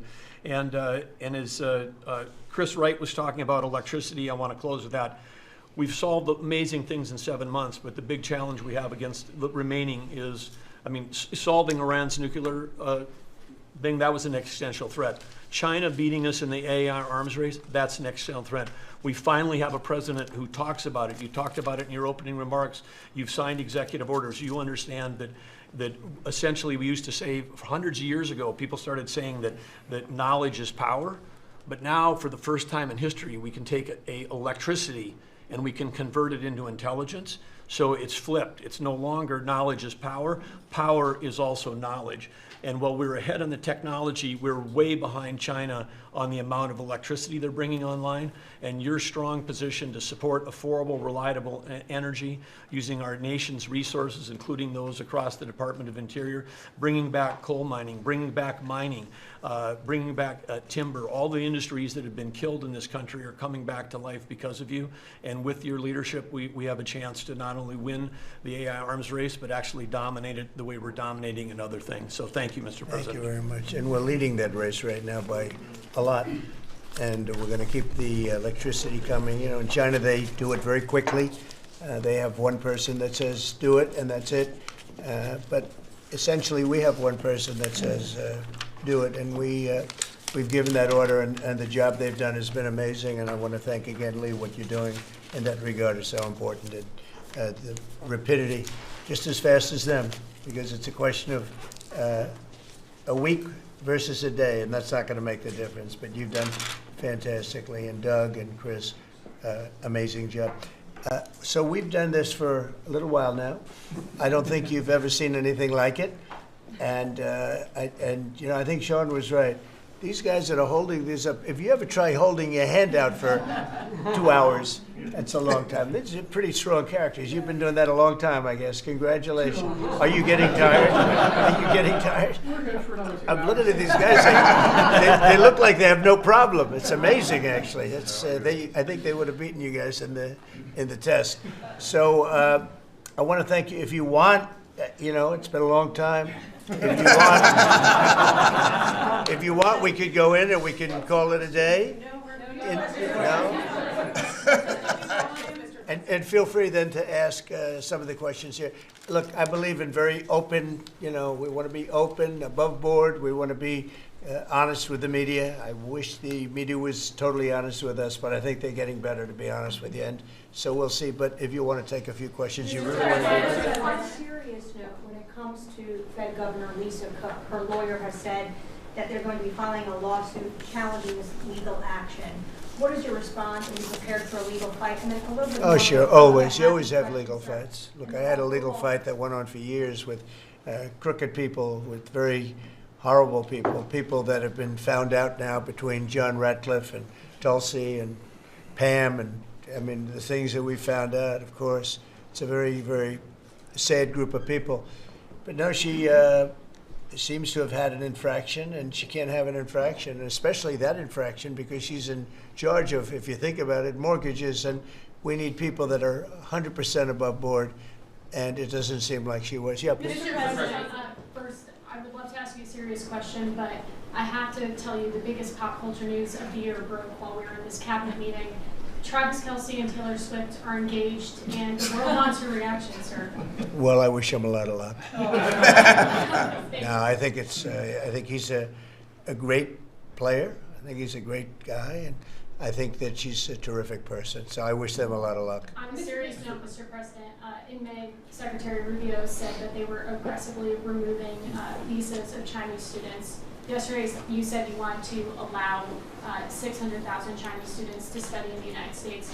Could you and the Secretary clarify what is the policy on Chinese students in the United States? Well, we think we're, look, we're getting along very well with China. And I'm getting along very well with President Xi. I think it's very insulting to say students can't come here, because they'll go out, they'll start building schools, and they'll be able to survive it. But I like that their students come here. I like that other countries' students come here. And you know what would happen if they didn't? Our college system would go to hell very quickly. You'd have, and it wouldn't be the top colleges. It would be colleges that struggle on the bottom. And you take out 300,000 or 600,000 students out of the system. I like having, and I told this to President Xi, that we're honored to have their students here. Now, with that, we check and we're careful and we see who's there, and Marco wants that. We spoke, we're in the same position. But we have a tremendous college system, the best in the world, nobody even close. That's why China sends them here. And you can call it an industry if you want, but you're talking about millions of people. And I'm honored to have the students from China come here. And we're just getting along very well with China. And it's a different relationship than we had for years, where they took hundreds of billions of dollars, just sucked it right out of our country. They respect us again. I respect them.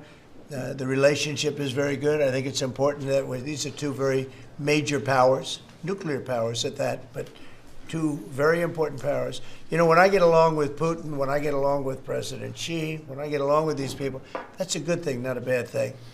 We're tough and we're smart and we're strong. We get along. It's a lot better than not getting along. You had somebody in here before. The war should have never started with Ukraine and Russia. It would have never started. And Putin said that himself. President Putin said that himself. So we want to see college students come in from countries. There are some countries that we can't necessarily say that. These are places that have ideologies that we can't live with. So there are some areas, some countries that we can't say that. But we're honored to have the students come here. Please. Yeah, please. Yesterday you said that within 2 to 3 weeks we would have a conclusive, pretty good conclusive end to the war in Gaza. What did you mean by that? And could you tell us? On what? In the war in Gaza. Yeah, what about it? You said in 2 to 3 weeks we would have a conclusive end. Pretty good conclusive. There's no conclusive. It's been going on for a long time. You're talking about, I guess if you really add it up, Steve, you're talking about thousands of years, okay?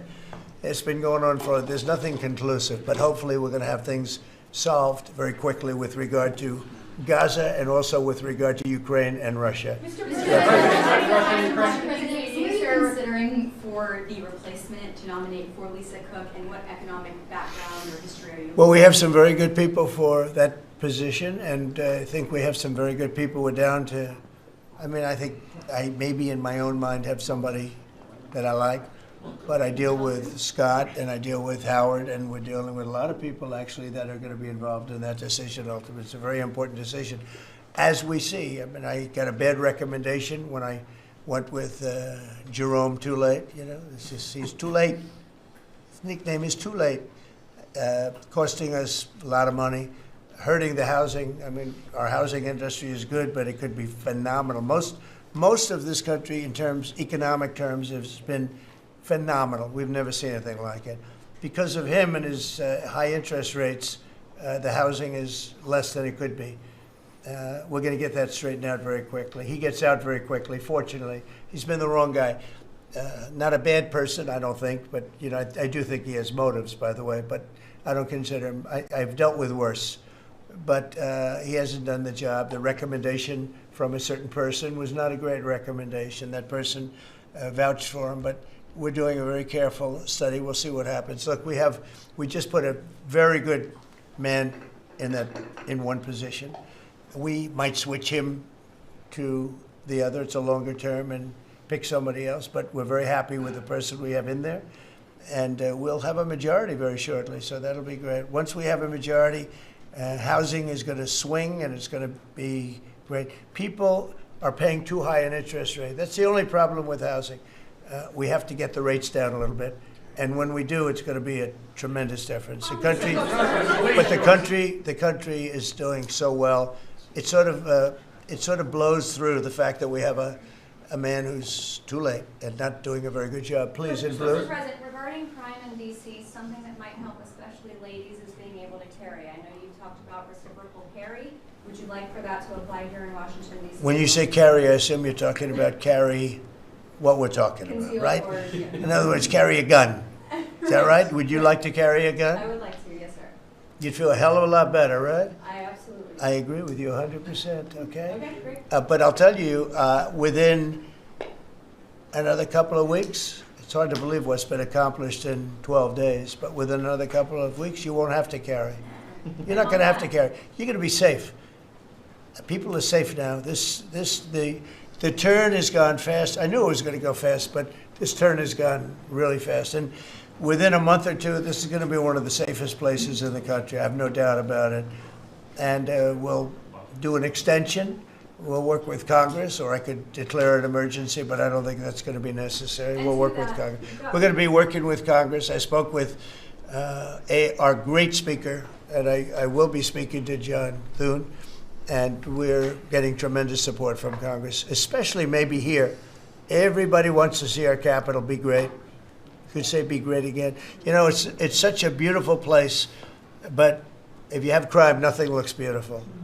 So, but you won't need to carry a gun, but if you do, Well, I would like it's to going to be know your the choice. option, just in case. Well, a lot of Sure. people feel that. Also in other blue cities, you've got Karen Bass in Los Angeles, Brandon Johnson in Chicago. It seems to be very popular here, the fact that people can walk around, go to restaurants, shop, and not have to worry about their safety. If blue city mayors oppose those efforts in their cities, do you anticipate that Democrat voters are going to take it out on them at these? I think so. I think that crime is going to be a big thing. And we are the party, the Republicans are the party that wants to stop crime. We're against crime. The Democrats like crime. I don't know why. I mean, we talk about common sense. I think I got elected on talking about common sense. The border, we have to have a wall. We don't want transgender for everybody. We don't, as I said before, we don't want to have men playing in women's sports. I mean, you see the difference. Weightlifting. Take a look at weightlifting. Take a look at long distance running, where a runner came in 5 hours and 14 minutes ahead of another runner, both champions. One male, one female. It's not fair. It's demeaning to women. It's so bad. But they have another one, and I think this is the beauty of them all. Crime. They're against crime prevention. You can't do that. You can't do that. And I think to myself, I say, is there some game? You know, they're smart people. Is there anybody that could cheat like that in elections is smart, okay?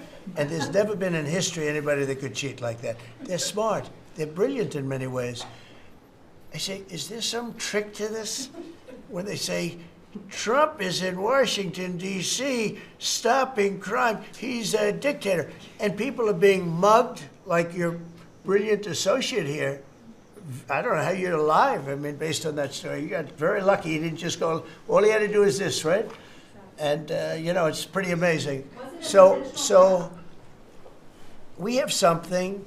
I think we have two things. I think what Bobby was talking about with respect to drug prices is unbeatable.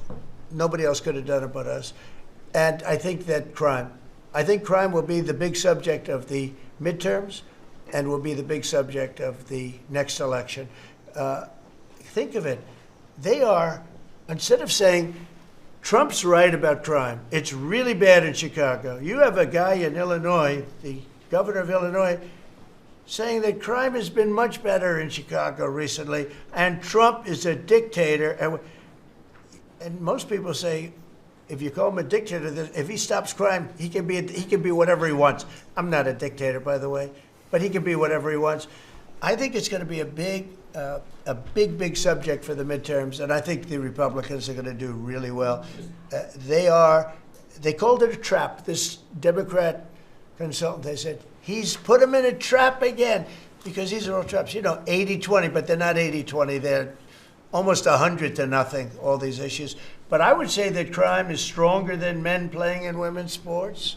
I think it's stronger than transgender for everybody. You know, it's transgender for everybody, according to them. It's stronger. Of course, this is the cause of it, open borders. Open borders gave us a lot of this crime. So, you know, so they're sort of on an equal footing, I guess. But crime is going to be a very big subject. And you know what he should do if he was smart?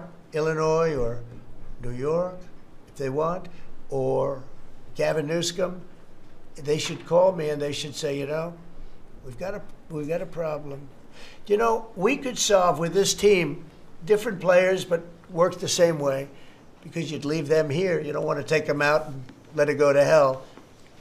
Everybody's so happy and I bet you walked over here today and you had no fear. Nobody has any fear anymore for the last 12 days.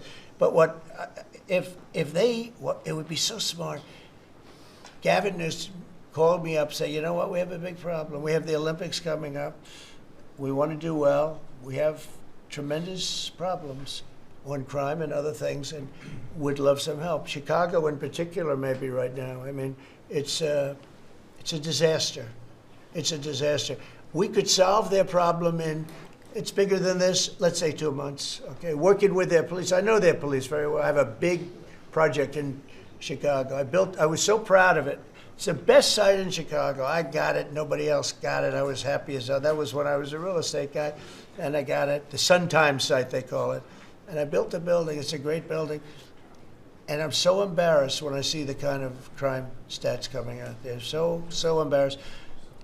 And if I were a governor, a Democrat governor, or mayor, or anybody having to do, I'd call up President Trump. I'd say, President Trump, we need your help. We saw what you've done in D.C. in a period of 12 days. This is 12 days. We haven't even started. This is going to be so safe. It's going to be the safest place on earth. And we'll do the same thing in Chicago. But I'd like to be asked, as opposed to just going in and doing it. Because, you know, when you go in and do it, then they start screaming, oh, he shouldn't be here. We don't need him. We're doing so well. And then the better we do, they take credit for it. So it's really pretty unfair. Yes, go ahead. Crime, for a lot of victims like myself, a big concern is long-term sustainability. Can you share with the American public about your plan in ensuring that DC is safe in the long term? Longer term, yeah. Well, it's a great question. Number one, we want to stay there for longer than 30 days, as you know. We have an absolute mandate, and I can extend it, but I'd rather not have to declare a national emergency, because by that time, I mean, right now there's not an emergency. We've done, as you sort of said yourself, it feels like a different world. We've got under arrest and prosecution, and we've thrown out, taken some, and we're in the process of taking hundreds out of our country that shouldn't be here. And these are hardcore professional criminals. They were born to be criminals, in my opinion, but they're seriously bad people. Murderers, drug dealers, you know them all. You see them all as you walk beautifully to work, and every once in a while somebody puts a gun to your head, because that's what happened in your case. We're getting a lot of them out of the country. We're putting a lot of them in prison because we're afraid to bring them out of the country. They could come back. You know, as good as we're doing, they could come back. We don't want them back. And that's going to solve a lot of it. We also think there should be a presence here for long enough. We should also work with our police department, because you have very good police here. Very good. We're working very well with them, by the way. And we have to work together for a while. We have some people that are very tough and very strong. Working with the police, they're going to be able to handle it. And you know what? If it gets a little bit bad, just a little bit, I'll bring them back in and we'll straighten it out and we'll make it perfect. You're going to be so safe in the city. And you're going to have the city beautified. We're going to be giving out, we're working with Clark, as you know, construction. They're the biggest. They're working with me also. We're building a beautiful ballroom for the White House. They've been after it for 150 years, employs a lot of people. It's going to be as beautiful a ballroom as has ever been built. And Clark is the big builder in this city. They've done, I guess, a majority of the good work, the big work. And we're working with them on the beautification, the fixing up of the roads, the fixing up of the medians, you know, between the roads, so cars don't wrap into each other. They wrap into, I have one piece sitting on the ground for weeks. This was a year ago when I had to come in, unfortunately, for fake court cases. And I looked at the condition. We have it fixed up a lot right now. You know, the tents are removed and a lot of things have taken place. But I'd come into this city and I'd say, boy, does it look bad. the filth on the roads. The medians were broken and always laying down, and nobody would fix them, and all of that. Well, we're going to have new medians. We're going to have a nice topping put on the road. We're not going to rip the roads apart and start a construction project that lasts for 2.5 years as they rebuild the road, which they don't have to do. And we're going to have this place so beautiful. That's going to be a part of it. Now, the biggest part is crime, but it's also a part, you know, when you see a dirty city, it's like I told, I don't know, it became the #1 thing viral. I said my father is a smart guy, he's a great guy, he's a loving, wonderful father, but he could be a little on the tough side. He told me that, son, when you walk into a restaurant and you see a dirty, filthy door going into the restaurant, don't go there because the kitchen's dirty also. When they see a dirty Capitol, the rest of the world, they lose a lot of respect for our country. This Capitol is going to be so beautiful. We're going to have new poles, new lights, new fences. It's stuff that, when you add it up, it's money, but it's peanuts compared to what we're talking about. And we're also going to have great safety. Mr. President, I wanted to ask you on crime and also a question on foreign policy that maybe other officials can weigh into. And on crime, Iris shared her story, and you mentioned, you know, about people going to dinner. That was a terrible story. I'm just amazed she's here. When the gun is, Pam, when the gun is put to the head. Did they ever capture these people, by the way? I kept calling, but I haven't heard back about this guy. It'd be really great if you could maybe give the information. She's very good at capturing people, you know? She's very good. If you could give that information to Pam, would be great. Would you do that? Yes, Wouldn't you'd love to see them? I would assume you'd like to see them captured. For sure. You can't. You just can't. For years. Yeah, take a good look at that. So, Go ahead. So go ahead. Just a few weeks ago, I was out to dinner with my husband, and then, you know, we're taking the metro back, and then we get attacked on the metro.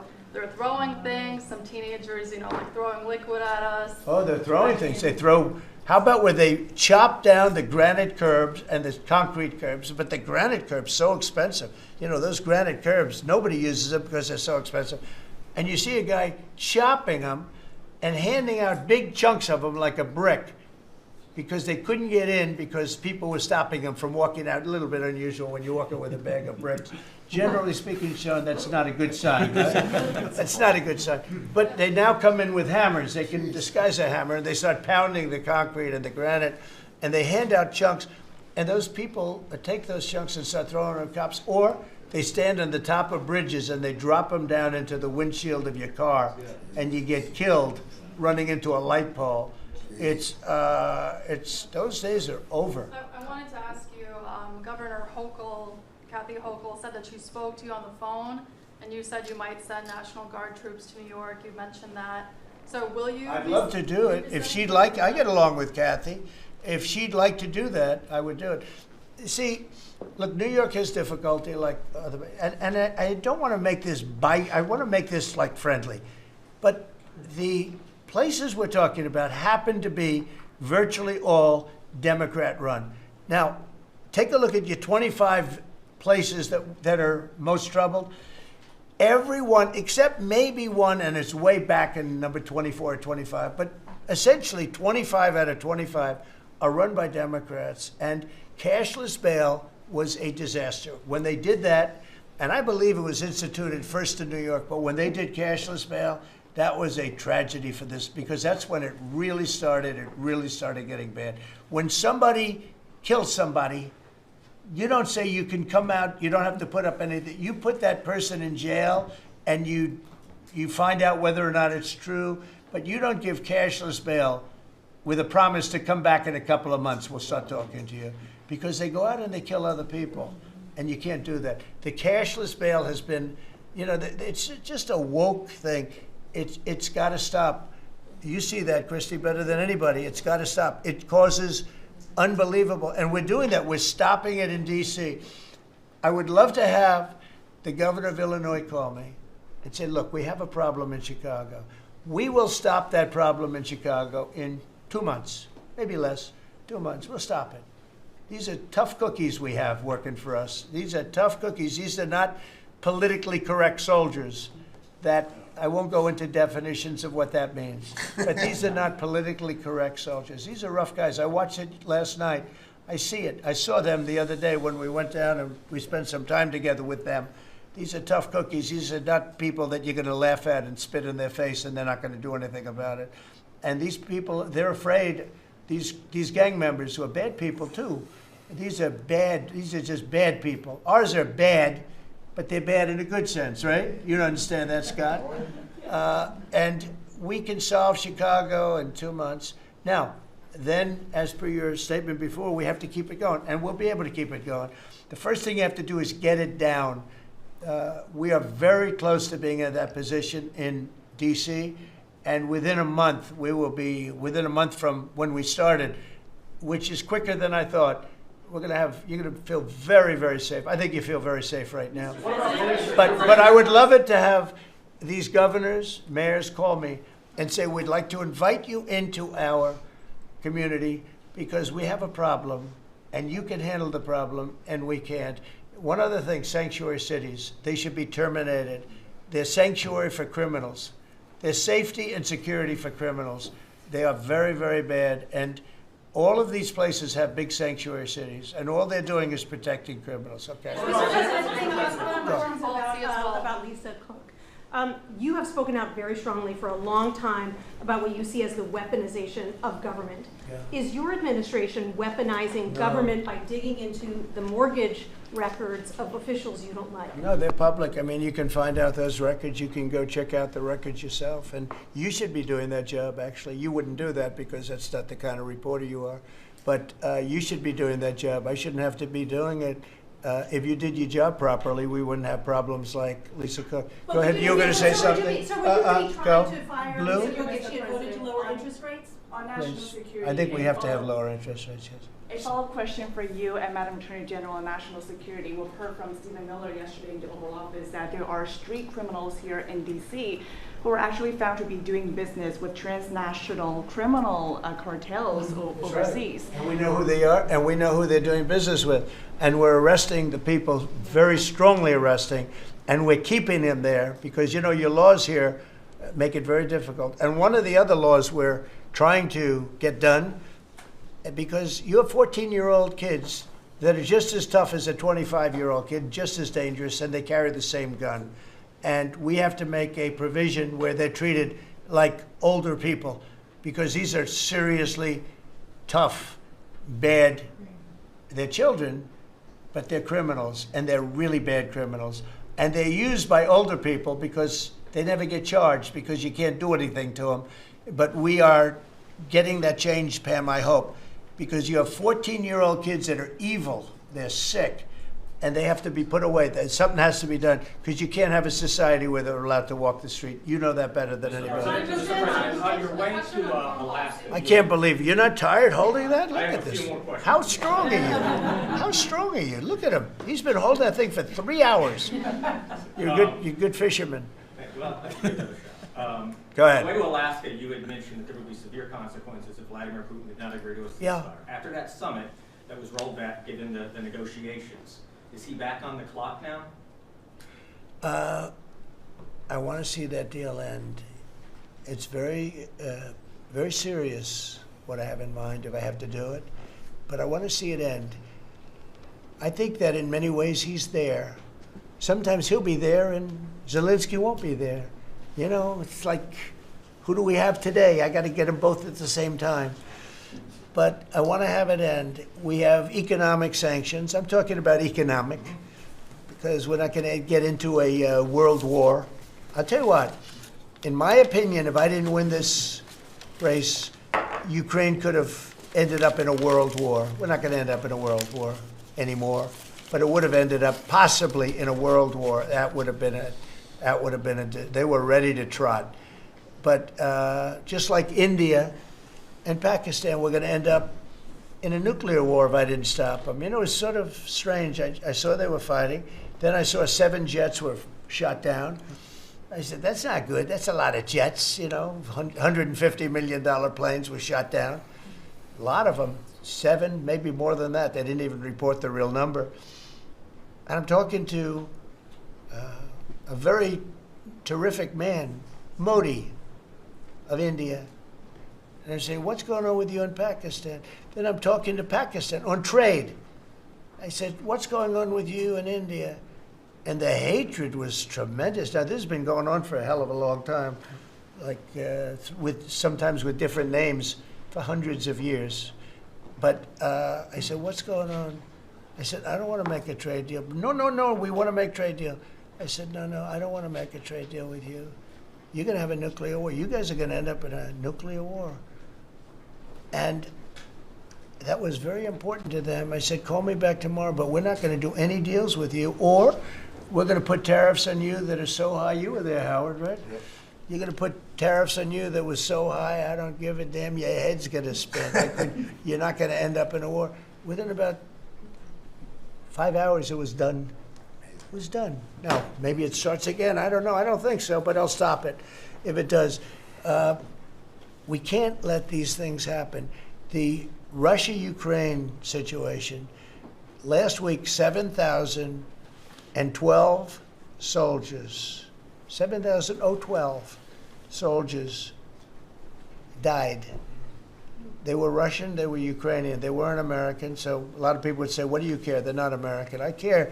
They're 12,000, over the last couple of weeks, over 12,000 people died like in 2 weeks. You know, we're talking about crime where somebody's killed here or somebody.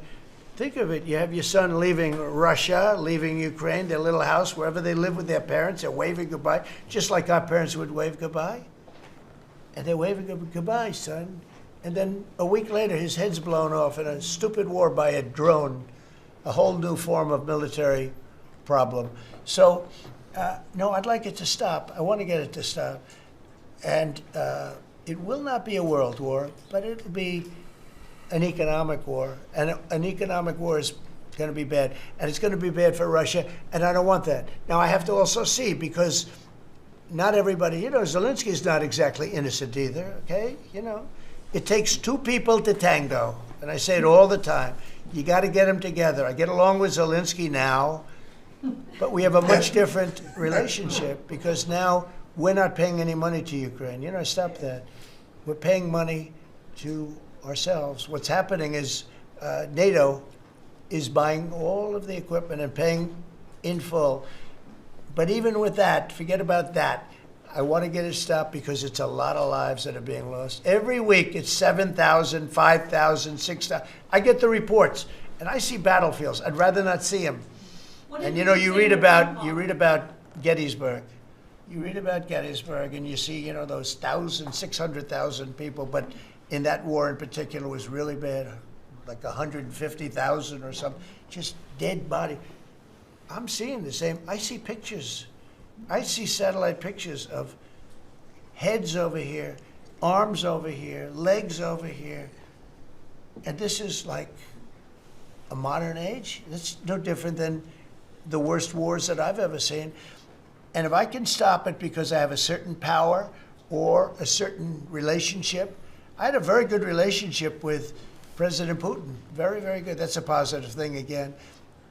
And I think I'm probably the only, Steve Witkoff would tell you I'm the only one that can solve it. I don't know, he's told me that a few times, unless he was saying that just to build up my ego, but it's not really.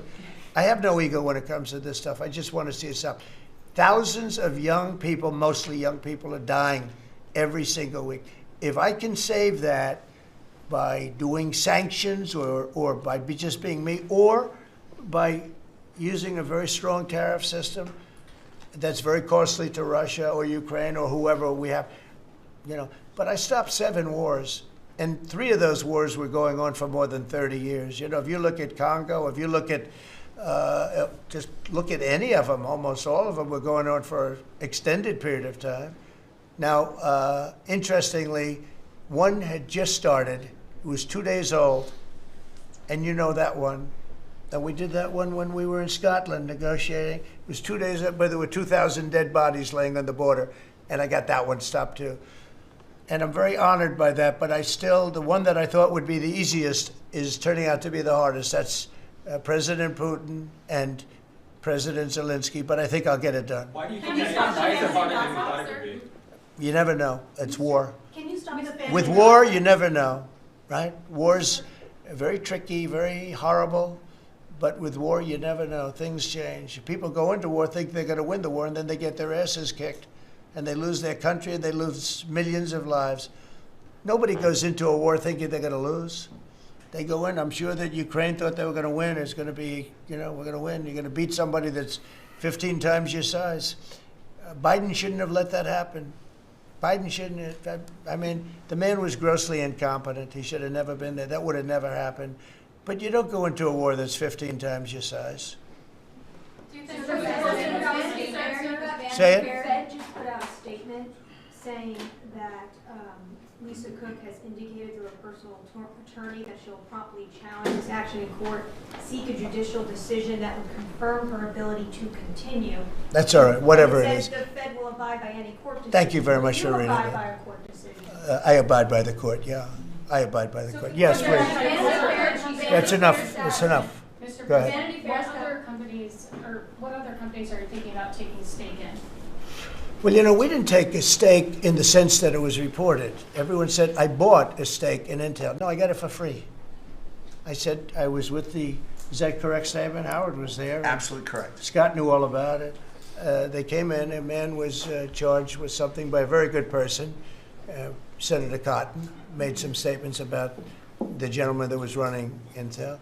When he came in, and I said some rough things about him, I said, I'm not happy with it, and they called, and he was very devastated at what I said. I said he should immediately resign. And he came to see me, and I was very impressed by him, actually. And he made a mistake, or factors happened where something like this could have taken place. And in the meantime, his board was staying by him. And I said to him, and it took about, I would say, less than 45 seconds. I said, you know what you should do if you're smart? Give the United States of America 10% of your company. And he looked at me and he said, I'll do that. I said, I just made $11 billion for the United States. And we made the deal. I didn't pay, we didn't write a check. Now, I guess Biden, with his stupid CHIPS Act, handed money to all these people that didn't need any money. It didn't do anything. They're giving billions of dollars to everybody. They all have so much money, and they have more money. But there's no commitment that you had to build. They just took all this money. It's the stupidest thing I've ever seen. See, with tariffs, they have to come in, because if they don't come in, they can't sell into our country. So it's power, and you don't have to give up any money. But I said to him very simply, I'm glad we're straightening this out, because everyone thinks I bought in. No. I said, it would be great, we'd be a great partner for you, and I want to see Intel do well. Intel was a great company, and it can be a great company again. But I said, I think it would be good if we own 10% of your company. He said, I'll make that deal. And it happens to be worth $11 billion. So we made $11 billion for the country, and then I was criticized by some of the fake news media. That's not the American way. Actually, it is the American way. Now, if I can help other countries or do those deals with others, I would do that. I think it's great. It's good. Builds up our balance sheet. Let me tell you, our country is becoming very rich again. You don't see it. When the CBO came out on Friday and said, we just found $4 trillion, and that goes to reduce our deficit, $4 trillion, and it was from the tariffs. Our country is becoming very, very rich again. I hope you get used to it. You're going to have to get used to it. Congress reducing the deficit. Any update on your previous talking about potentially giving Americans a tariff rebate check? Any update on that? We have a lot of money coming in, rebate check for the Americans, and it's coming in at tremendous numbers. Don't forget, I would say, Scott, we probably are talking about right now 50%, maybe even less than that. With all the money you're hearing is coming in, you're talking about, a lot of it hasn't kicked in yet.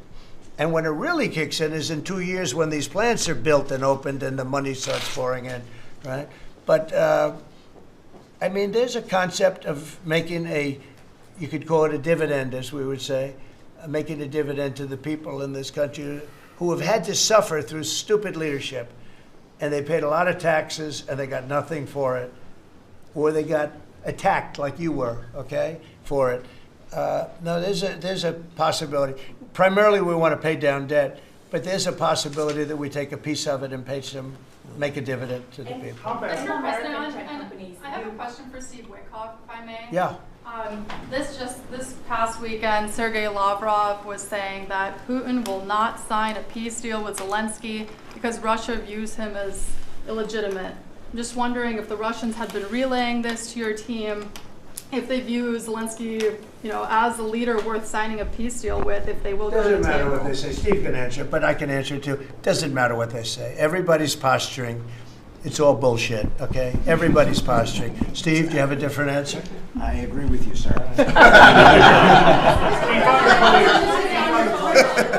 In this city, there are 500 people short on the police department, Metro Police. In New York City, it's 3,000. In Chicago, it's 1,300. Would they have had to bring in troops from the National Guard if the police departments in this country were fully staffed? Defund the police. How bad did that turn out for America? It's an interesting question. I was surprised when I heard how many police were here. It's not a really big area. And I think they said they're down to 3,200 police or something like that. I said, that's a lot of police. And I was a little bit surprised because to me that's a big force. And it's not a big area, but it is what it is. There's a lot of crime. You have a lot of, don't forget, you have a lot of police that weren't allowed to do their job. When I came in, as you remember, we made tremendous strides in a little conflict that we had going at the time because I allowed our military to make the decision. I said, you can make any decision you want. I gave it to the colonels in the field. I gave it to the captains in the field. You remember that where everything went through Biden, meaning one of the people, and everything went through Obama before him. Everything went through. They had to make the decision as to whether or not to attack the Taliban. So they'd find 30 people together. They'd call up Washington, and they'd go to a political hack who knew nothing about it. My first night, I got that same call. They called me, and they said, we have I got a call at 3 o'clock in the morning because I listened to their system, and they were calling me, and they were asking me whether or not they could attack a group of people having to do with what war I'm talking about. And I said, I know nothing about this. Wait a minute. And then I said, who is he? Let me speak to the people calling. They're calling from Afghanistan. And I said, let me speak to the people. I want to speak to them. And it was a colonel. I said, where'd you go to school, Colonel? I went to West Point, sir. Were you a good student? I was, sir. I was a very good student. So you're calling the White House to ask for permission to attack, and by the time you get the answer, how long does it take? Sometimes 2 or 3 weeks. So by the time you get the answer, the people that you want to attack have already left, right? He said, how did you know that, sir? I said, let me ask you, so you're a good student, you went to West Point, and you love the military, right? Yeah. You make the decision. And I gave all those guys that went to all these great schools, and they're all military people, I gave them the right to make their own decision, and we kicked ISIS's ass. Don't forget, ISIS was supposed to be, was supposed to take 5 years to terminate him, and we had a man named Raisin Kane, who happens to have done the whole thing in Iran. He's a great general, and he's a wonderful guy too, believe it or not, but he's a great soldier. We let them do their work, and we defeated ISIS. We defeated everybody. Every fight that we had militarily that I had, I won. And I let these great soldiers do some make a mistake, I guess. But like this colonel, I'll never forget it. Where did you go to school? I went to West Point, sir. I did ask him a question. I like good students as opposed to bad students. He said, I was a good student, sir. And I said, you do what's necessary.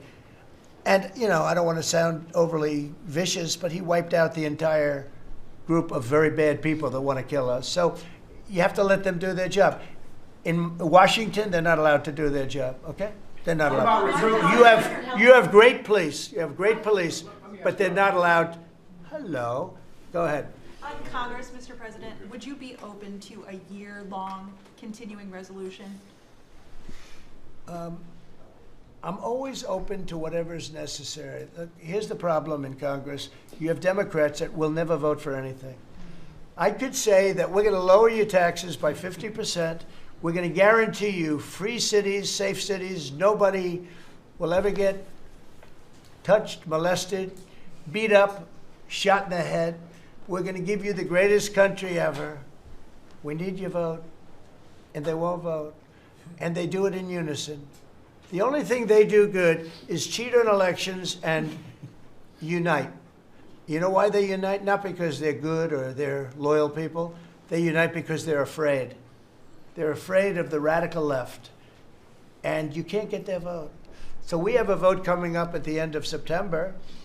And I think we're going to pass it because we have the majority. And I think almost every Republican will vote for an extension. Because no matter what deal you make with these people, look at Schumer. He made a deal a year and a half ago. And after making the deal, he's been almost run out of the party. He's not the same man. He's not the same man. He's finished. He aged 20 years. He's become a Palestinian, by the way. We call him our great Palestinian senator. But Chuck Schumer, and I wrote him a letter. I said, Chuck, that was really great. Thank you very much. And somebody gave the letter to the press, not me. And he was destroyed because they thought I was being sarcastic, and I wasn't. He made a great decision. It kept our country open. That was a positive.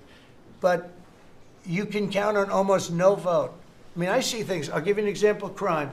So we're going to pass a bill to stop crime. We may not get one Democrat vote, okay? We may not get one.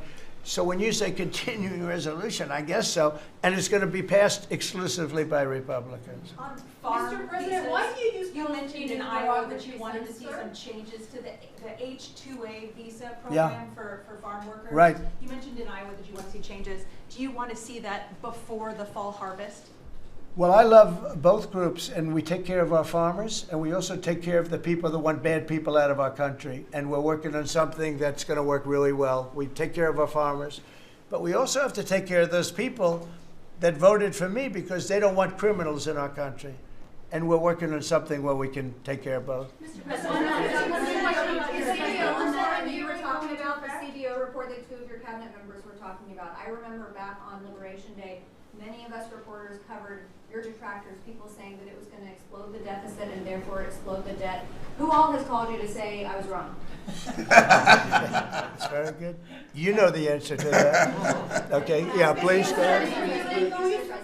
Governor Pritzker said yesterday that at a press conference that he would encourage nonviolent resistance to the National Guard if they were sent to Chicago. What's your response to that? He said what? That he would encourage nonviolent resistance if the National Guard is sent to Chicago. Look, this guy doesn't know what resistance is or nonviolent resistance is. He's a bad politician. It's amazing. I mean, if he didn't have the money, he wouldn't get any votes because there's no compelling reason to vote for him. The guy's a major loser. But it would be nice if he would call me. I would change my mind immediately. He said, you know, because everybody knows Chicago is a hellhole right now. Everybody knows it. It's not like he's saying, Chicago has much better numbers, right? Well, what's much better? You mean 100 people are going to be murdered? It's going to be much more than that. So I would have much more respect for Pritzker if he'd call me up and say, I have a problem. Can you help me fix it? I would be so happy to do it. I don't love, not that I don't have the right to do anything I want to do. I'm the President of the United States. If I think our country's in danger, and it is in danger in these cities, I can do it. No problem going in and solving, you know, his difficulties. But it would be nice if they'd call and they'd say, would you do it? And we do it in conjunction. Now, we work very well with the police because we naturally get along with the police. So the police and us work really well together, whether the mayor is opposed or whether, I mean, you have a really rotten mayor there, too. He's got a 6% approval rating in Chicago. And I see black women wearing a red MAGA hat last night on television. Please let the president come in. My son was attacked. You have a force of black women. They're like only Trump. They want Trump to come in. And you see them, they're all over the place in Chicago because they're afraid to go out and they don't want their son or their daughter killed, just like your parents didn't want you killed. And we have a tremendous, look, it's not about winning elections because we want to have nice, fair elections. It's not politics. We want to see a safe country. You have people that want to see a safe country, and they're great people. You have great people in Chicago, The mayor is at 6% approval. He's an incompetent man. He should have never been put in a position like that. He can't handle it. You have an incompetent governor there. You have an incompetent governor in California, Gavin.